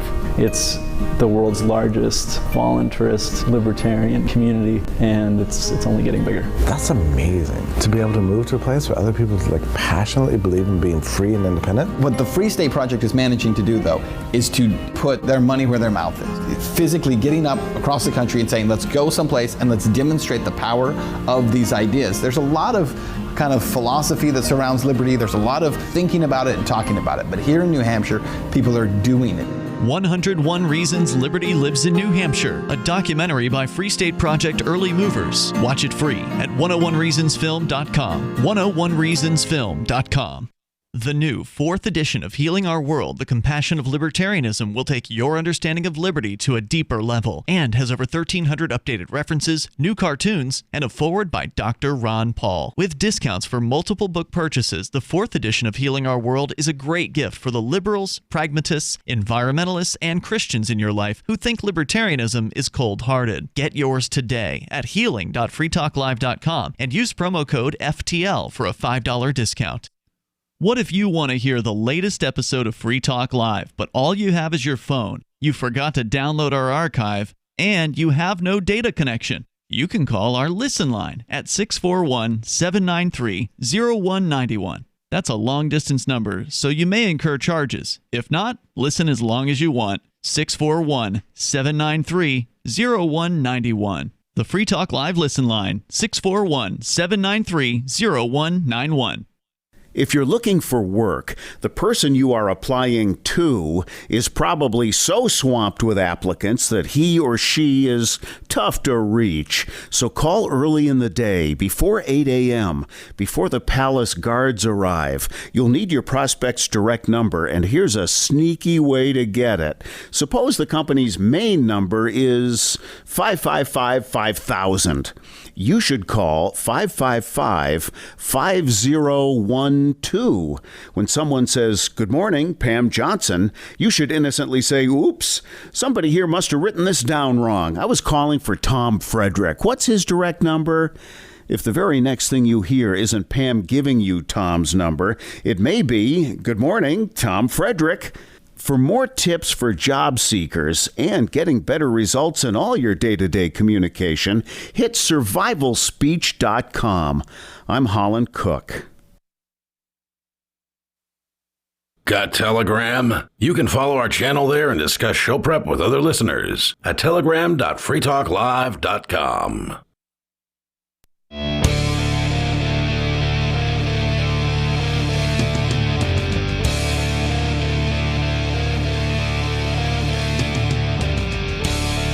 This is Free Talk Live. The number here is 603-283-6160. That's 603-283-6160. Here in the studio tonight, it's Ian. Nobody. And Chris. We're going to go back to your phone calls and thoughts. Coming up, Chris, you've got a crypto-related story about South Korea. I presume South Korea. Yep. Mm-hmm. Something is happening there with privacy coins being restricted severely. Oh, yeah. They've apparently outlawed them. Yeah, we'll tell you about that coming up here, and that's that should be an indicator that you might want to look into those privacy coins, because if the government doesn't want them, that means that they're useful. Yep. True. That means they're worth looking at. But we're going to get into, actually, David in New Mexico had questions about some of the competitors to Bitcoin, and those privacy coins are competitors to Bitcoin, because Bitcoin is not a privacy coin. As much as you might hear mainstream media parroting this misinformation that constantly are saying things like Bitcoin's anonymous. No, it's not. It's not anonymous. It's just the government doesn't have control over it, which is why they don't like it. Correct. So let's go back to David. He's in New Mexico. David, can you recap that first question? Because you said you had a couple questions. What was the first question? And let's just start with that one. Yeah, the main question that I was going to ask for your time on addressing was a monetary theory thing regarding crypto. And that is, it occurred to me that one of the things that I was weighing as part of making a decision as to what crypto to buy, when to buy it, how much to buy, when to spend it, et cetera, is what is the competition. And in evaluating that, it occurs to me that, Bitcoin is as valuable as it is at the moment because of the structure that was built that has value because of what it is as it was designed. And now if it was easy to replicate, then all of those thousands of other competitors could theoretically be valued just as high. All right. It is easy. It is easy to replicate. I would hold on. You can take the same software they run it on a different port, rebrand it, and have your very own Bitcoin. There is more to that, though. Yeah, there's a lot more to it, like mining power. And not even that. You guys you're thinking about the technical aspects of this, but the reality is it's not the technical aspects of this that are the problem. It's the end user aspects of this, right? So what I'm talking about also a problem, yeah. are where can I spend my Bitcoin? Everybody knows anywhere that you see crypto accepted, Bitcoin's accepted, but what other cryptos is that true for? And there's not many. The list is very, very small. Bitcoin Cash, maybe Dash in some places, maybe Monero.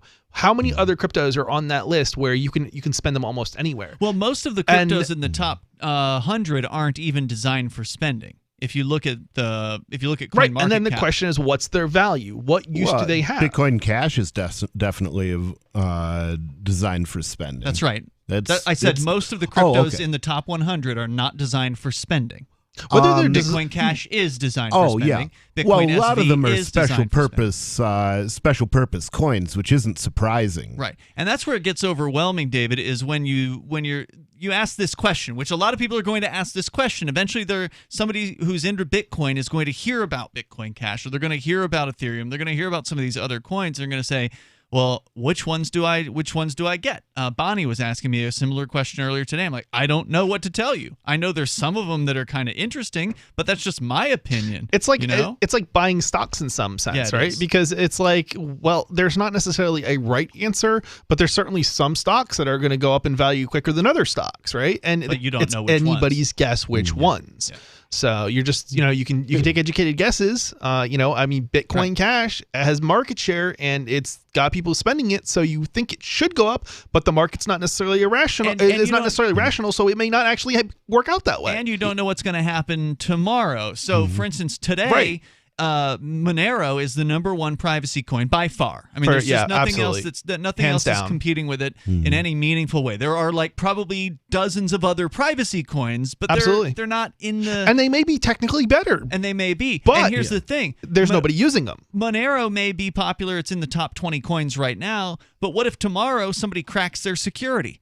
And then it goes down goes from number 20 to 200. There's been claims now, whether or not there's any basis for them. I don't think that the evidence is there. But people have claimed that already. Yeah. It's like, and just because something's not true doesn't necessarily mean it won't result in the cryptocurrency tanking too. Yeah, so if I was going to start a fund to trade in coins with people, like a mutual fund, the first strategy I would adopt is buy $20 worth of every coin the first moment that I hear of it, and just you'd have to make that your full-time job, because no computer program can do that very quickly. No, it can't, because every coin is not available on the same exchange. So you'd have to figure out which exchange that coin's available on to go and to purchase it, or you'd have to set up a mining rig to try to mine it. He's talking about a program where he can use the APIs and swap them to his own program. You don't just use an API on an exchange if it doesn't support what you're doing, or right. But he would be using presumably multiple exchanges, right? In order to. I mean, I would probably implement it. I've already started implementing it to talk to Bittrex. I haven't expanded it to other exchanges because I haven't He's a found any other exchanges that'll give me an account. I don't think that. I don't think he. Your average person. I don't think that. I think you're right, but I think for him, it's even in his case, it's designed to plug in other exchanges. It's just having written one, I'd prove there might already be. There might already be. It made sense to start working on the engine. Have you looked at tools? There might already be a tool out there to do what he says. Just remember, whenever a new crypto comes out, it doesn't even have an exchange, right? When a new crypto comes out, statement. It's just a wallet and that's it. Yeah. And they're trying to get on an exchange. Sure. They got to pay these exchanges usually to get on them, and usually the first one they get on is some weird oddball exchange you've never even heard of before. That's true. So then, and a lot of these exchanges are sort of fly by night. You don't know who you're dealing with. You're signing up with these fake people. Trading volumes. Yeah, fake trading volumes. They get bad ratings. You say you want to withdraw, and it takes 3 days before they actually send you the coins. So you don't know what you're dealing with. Maybe you should be your own exchange. Throw a piece of software out there on the net and let people trade with you. I mean, theoretically, you could. But there's a ton of support that you have to do there. Remember, each of these exchanges, the reason why the exchanges charge these companies, charge these cryptos for listing services is because it takes time. Oh, absolutely. They don't just flip a switch and now all of a sudden they can accept the brand new Hush currency. And the thing is, once you have an HD wallet, though, it's not very much work to support a new coin. The hard thing is to prevent yourself from being spammed. Let me ask you another question. So, Bitcoin, as it is a functional structure. What prevents somebody from building another structure identical and equally as functional as Bitcoin? Nothing. So that Absolutely nothing. I mean, yeah. I mean, I think that's It's designed I think that's for it. It's an open unfair. source project. I'll hold on a second. I think that's unfair because the reality is it's easy to copy the code. That doesn't necessarily mean you can get people to adopt it. That's the thing that makes Bitcoin more valuable than other cryptocurrencies. He didn't ask what it would take to market it, though. He asked what it would take to reproduce what Bitcoin does. You can reproduce and the answer software. is very little. You can reproduce the software by copying and pasting. It's open source, and that's been done. That's why there are 8,000 other cryptocurrencies right now over at CoinMarketCap.com, because almost every one of them, except for Monero and a handful of others, was based on the code from Bitcoin. However, as you've pointed out, Chris, they don't have the same number of miners behind them. They don't have the same mining strength behind them. They don't have the same number of full nodes on the system. Yep, that means they're less secure potentially. And they all can be sorts of other taken over things, by right. a 51% attack in a lot of cases. In fact, there was just news about, I forget which, The I think it was thing Verge. is, the incentive to do a 51% attack on a small coin is very small by necessity. Until you've got a market cap of $1 trillion, you don't have to have $1 trillion security system. Because nonetheless, you're not guarding as much. Nonetheless, there was a crypto recently that got hit with a 51% attack, and it's a pretty embarrassing thing when that happens. And these people can attack it for only a few $1,000, so it's not. How did they respond to it? Did they roll it back? I didn't look into details. David, thank you for the call tonight. I appreciate it. There's actually a website out there that'll tell you how much it would cost to attack these various little coins that are out there, and it isn't a whole lot of money. So yeah, to actually recreate the strength and the security of Bitcoin is a whole other story. 603-283-6160. You can take control of the airwaves here on Free Talk Live. Free Talk Live. First of all, the relationship with police is involuntary. I did not contract with them, so it's an involuntary relationship, and they steal my money to pay for their salaries against my will. So anyone who says they're protecting my freedom by doing that job is ignorant or they're lying. And that's how I feel about it. I feel that they're glorified revenue agents. If they're sitting beside the road hiding, waiting for someone to do something Master told them not to do, they pounce out of behind the tree and they go running 70 miles an hour in a 35-mile-an-hour zone to catch that person who was doing 42 because they were driving unsafe. What does that make them? That just really irritates me. And they're when they show up to a scene or they pull you over on the side of the road, they're looking for someone to charge with something so they can make more revenue for the state. They're glorified revenue agents. Free Talk Live, 7 nights a week from 7 to 10 Eastern, live on the Liberty Radio Network at LRN.FM. Cell 411 is a free app for Android and iOS that replaces government-controlled 911. Cell 411 allows you to preset a group of friends or private organizations to show up at any emergency. Cell 411 is a nightmare for the state because it proves their so-called services aren't needed. Cell 411 has had thousands of installs, and of course it's covered by the BIPCOT no government license. Cell 411 because your friends won't shoot you when you're in trouble. Without the government, who would build the emergency services? You and Cell 411. Get it today at getcell411.com. Tired of cancel culture? Sick of mega tech corporations holding an axe over your head? Join the LRN.FM Matrix chat server. It's self-hosted, so no one else can tell us what to do or say. Don't like the existing channels? You can make your own. You can even connect into some of our channels from other Matrix servers. It's federated. For the full LRN.FM Matrix experience, though, you should join our server via the step-by-step instructions at chat.lrn.fm. Chat.lrn.fm. Is spreading the message of liberty, cryptocurrency, and peace around the globe worth $2 per month to you? As you may already know, in addition to our internet feed, LRN.FM broadcasts on free-to-air satellite across North and Central America, as well as Sub-Saharan Africa. And we've been available on satellite for free 24/7 since 2010. The LRN.FM free-to-air satellite signal is reaching some of the most oppressive regimes in the world, and there's no doubt our ideas are making an impact. You can learn more about the channel's impact by watching the 3-minute video at fund.lrn.fm. If you'd like to help free minds globally with our ideas of liberty, cryptocurrency, and peace, you can donate as little as $2 per month via fund.lrn.fm. You can help us continue and expand our satellite broadcast to multiple continents. Visit fund.lrn.fm today, and thank you for your help. Don't forget to share the link on social media. That's fund.lrn.fm. Some of you asked, and now we've delivered. LRN.FM's live Keene, New Hampshire studio shows are now streamed in HD on Twitch. Visit our channel at twitch.lrn.fm and give it a follow. If you have Amazon Prime, you get one free subscription on Twitch. If you use it on our channel, Twitch will give LRN.FM a monthly piece of your Prime subscription cost. So please watch, follow, share, and subscribe to twitch.lrn.fm. That's twitch.lrn.fm. Are you a cryptocurrency advocate? The Crypto Tip is the ideal outreach tool to help new people discover cryptocurrency. It's a printable business card-sized tip that you can give to service providers, preferably in addition to a good cash tip. When the server scans the QR code, it'll bring up an explanation of cryptocurrency, how to install a wallet, and allow them to claim the tip. If they don't claim the crypto, you get your tip refunded to you after a time period you specify. Plus, if they do claim the tip, you get an email alert. Create as many tips as you want at cryptotip.org. That's cryptotip.org. Do you appreciate what we do? Help us advertise, market, and promote for just $5 a month at amp.freetalklive.com.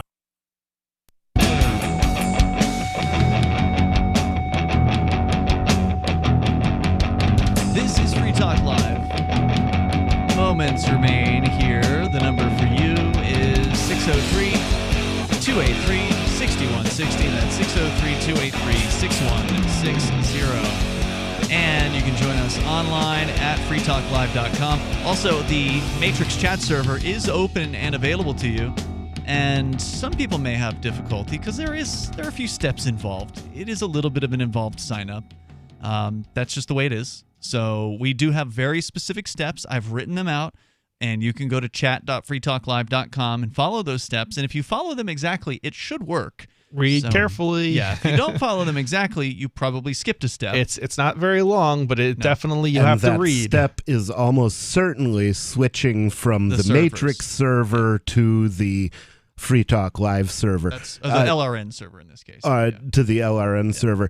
You want me to hack up that an APK that just automatically connects to Free Talk Live? No, I'd rather have you working on Cell 411. Okay. But thank you. If you can't get on, you can't get on, but most people don't have a problem. I mean, so far, David's the only person who's reported an issue recently. Now, obviously, one person reporting suggests others may be having the problem and not reporting, but regardless, we've got a robust chat room with a lot going on in there, so it seems like most people, there's actually 170 people now that have joined the main on-air, I think it's 170, the on-air now channel, which is the #1 channel there. 172. I'm amazed at how much chatter goes on in their room. It's busy. It's super busy. And the channel or the server itself has dozens of channels on it now. So anybody who wants to can go there and create whatever channel that they want, whether it's public or private, and have yourself your own chat room, which you can administer. You can. We got a room for Freedom Decrypted too. Yeah. You can decide who the mods are if you want. There's even a Cell 411 support and testing room that you created. Nobody. Yep.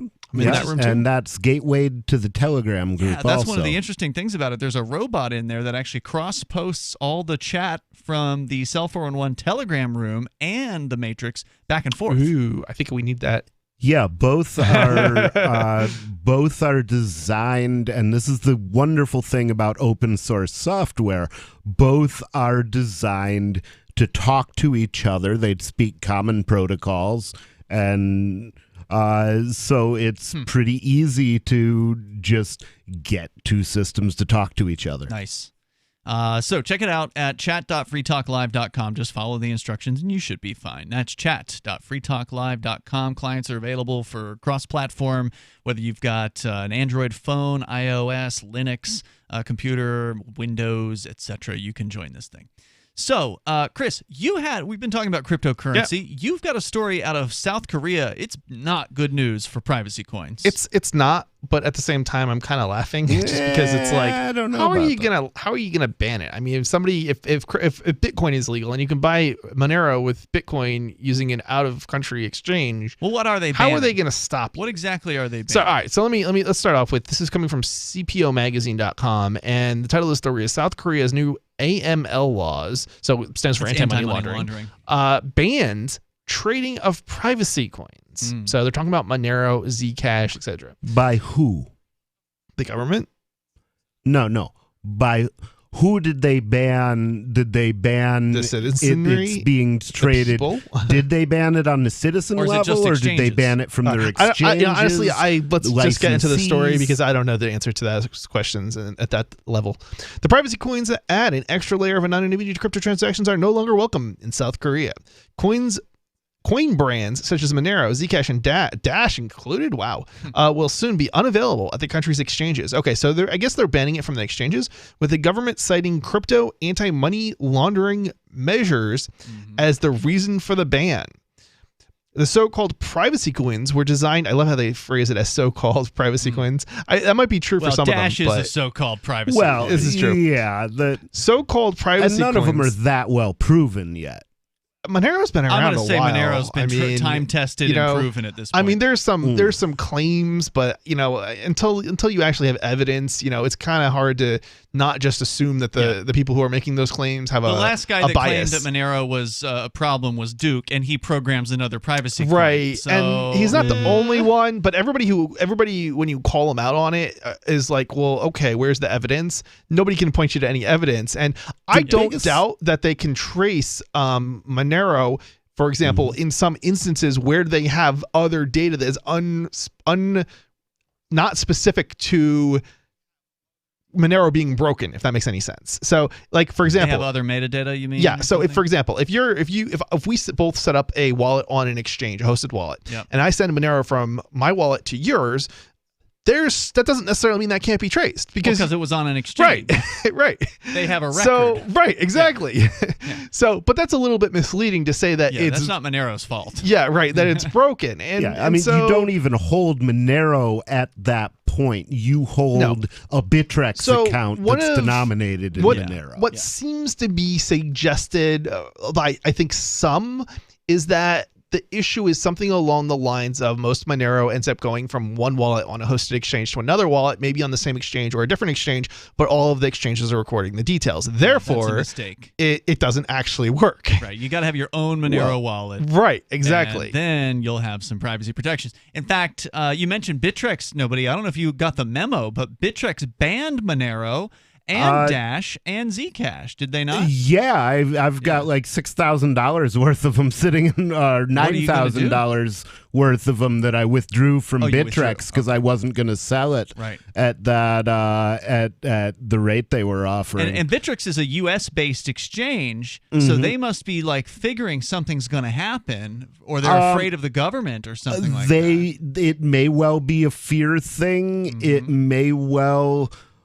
be a deplatforming thing. Maybe they're into deplatforming people. It seems like all the cool kids are these days. Or they're trying to cozy up with the government and say, "Hey, look, we're kicking these guys off because we love you, government." The exchanges are as bad as the banks. The exchanges want their share of monopoly status, cartel status that's government enforced, and now they've got it because they've got licenses and the rest of us don't. So what more do we need to know about? So I think this next paragraph is actually pretty interesting here. Law enforcement is kind of what I was saying. Law enforcement can track these transactions back to crypto exchanges where the wallet holders can potentially be identified. Potentially is key word here. Either by the email address they use to register the exchange account or by using personal identification to open it. So, I mean, this is assuming basically that you're purchasing Monero or some other cryptocurrency from an exchange and you're not doing it one-on-one from one person to another, or you're accepting it as a payment or some other. And this is the thing. Some of these methods, anti-money laundering methods, may actually work initially, but that doesn't necessarily mean they work over the long haul. And that's something I think people should keep in mind. The privacy. If you really wanted to send transactions secretively, I would think the best thing to do would be to hop from blockchain to blockchain. I mean, I would think that that the forensic software that they use to do this would be able to trace between different exchanges as well as different cryptocurrencies. Just make sure you're using. I probably wouldn't use exchanges per se. Certainly nothing that was doing KYC. Yeah, just make sure you're using a certainly VPN a good idea when you connect to. Well, you have to with some exchanges because they block people from the United States at least. So. Yeah. Oh yeah. Yeah. And by the way, you sell VPN access over at thinkpenguin.com. Yes, this is true. You can get VPN service. You can also get little mini VPN routers. Those things are the coolest. And actually, I need one of those, bro. They're the mini VPN routers. You have one over at your house, right? Yeah, I kind of like the idea of having my own. Does it have VPN service on it? Yeah. Okay. So what's really neat about the VPN service on the routers is that it transparently passes all your data over to the VPN provider. So you don't actually have to set up each one of your devices. That's right. VPN on each one of those devices, which can be a little bit of a complicated process. Yeah, that's what's so great about those routers is you plug and play, and then anyone that connects to the router, they're VPN protected. Right. And does all this data pass through your basement? No. Okay. No, there's servers around the world, and they go through the servers. You probably don't even have U.S. servers, do you? No, we actually don't have any. We do have a New York server, but although I don't know if it's still working or operating, but it was mostly for testing, so it wasn't actually. It's not in the rotation of servers that are used by default. Yeah. So nobody's going to get their data sent within the United States anyway. Good. If you're in a different country, you might end up with going through a server in your own country. Just by accident. There are 200 countries. Undoubtedly, there's going to be somebody somewhere who is in the country where the server is located. But yeah. See, the thing that makes the most sense to me with VPN is a system where everybody is a server. You're constantly passing other people's traffic to random places, and then nobody knows where your traffic is going. So there is something along those lines out there, except I wouldn't trust the software that does that, and it also exits traffic from your computer or your device or whatever, and so you also then potentially have risk from cops raiding your house sort of situation. What if somebody goes to a place that's not legal and it's coming out of your connection? You didn't know about it. Yeah. So, hey, we'll see you tomorrow night. You can join us online. In the meantime, head over to freetalklive.com. Having taken her father's throne, Sarah Calhoun has fallen out with one of her best allies, and her brother Nathaniel heads into Imperial Philadelphia with a reckless plan. Her uncle Thomas, armed with new powers and new allies, aims to remove Sarah from her throne and from the world of the living. To survive and to gain the strength she needs to fight an impossible war, Sarah must unite the Mound Builder Kings to enact an ancient rite that will propel her beyond mortality. Servant Daughter by DJ Butler is the newest entry in the Dragon Award-winning Witchy War series from Baen Books at BaenBooks.com. Are you tired of governments murdering people around the world?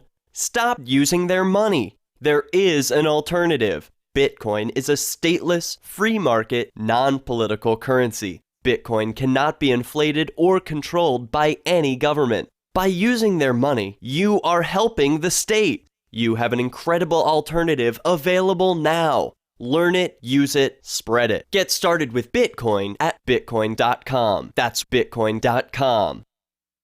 Look, I'm sorry, but you're in for a world of pain if you use Coinomi. The reason is their wallet doesn't support payments. The solution is simple. Let them hear your voice. Message Coinomi on Twitter, it takes 5 seconds, and tell them AnyPay sent you, because they're on the fence right now, and your voice will prove that people care about using Bitcoin for payments. Go tweet at Coinomi now. Or even better, leave a review in the App Store. They really pay attention there. Thanks.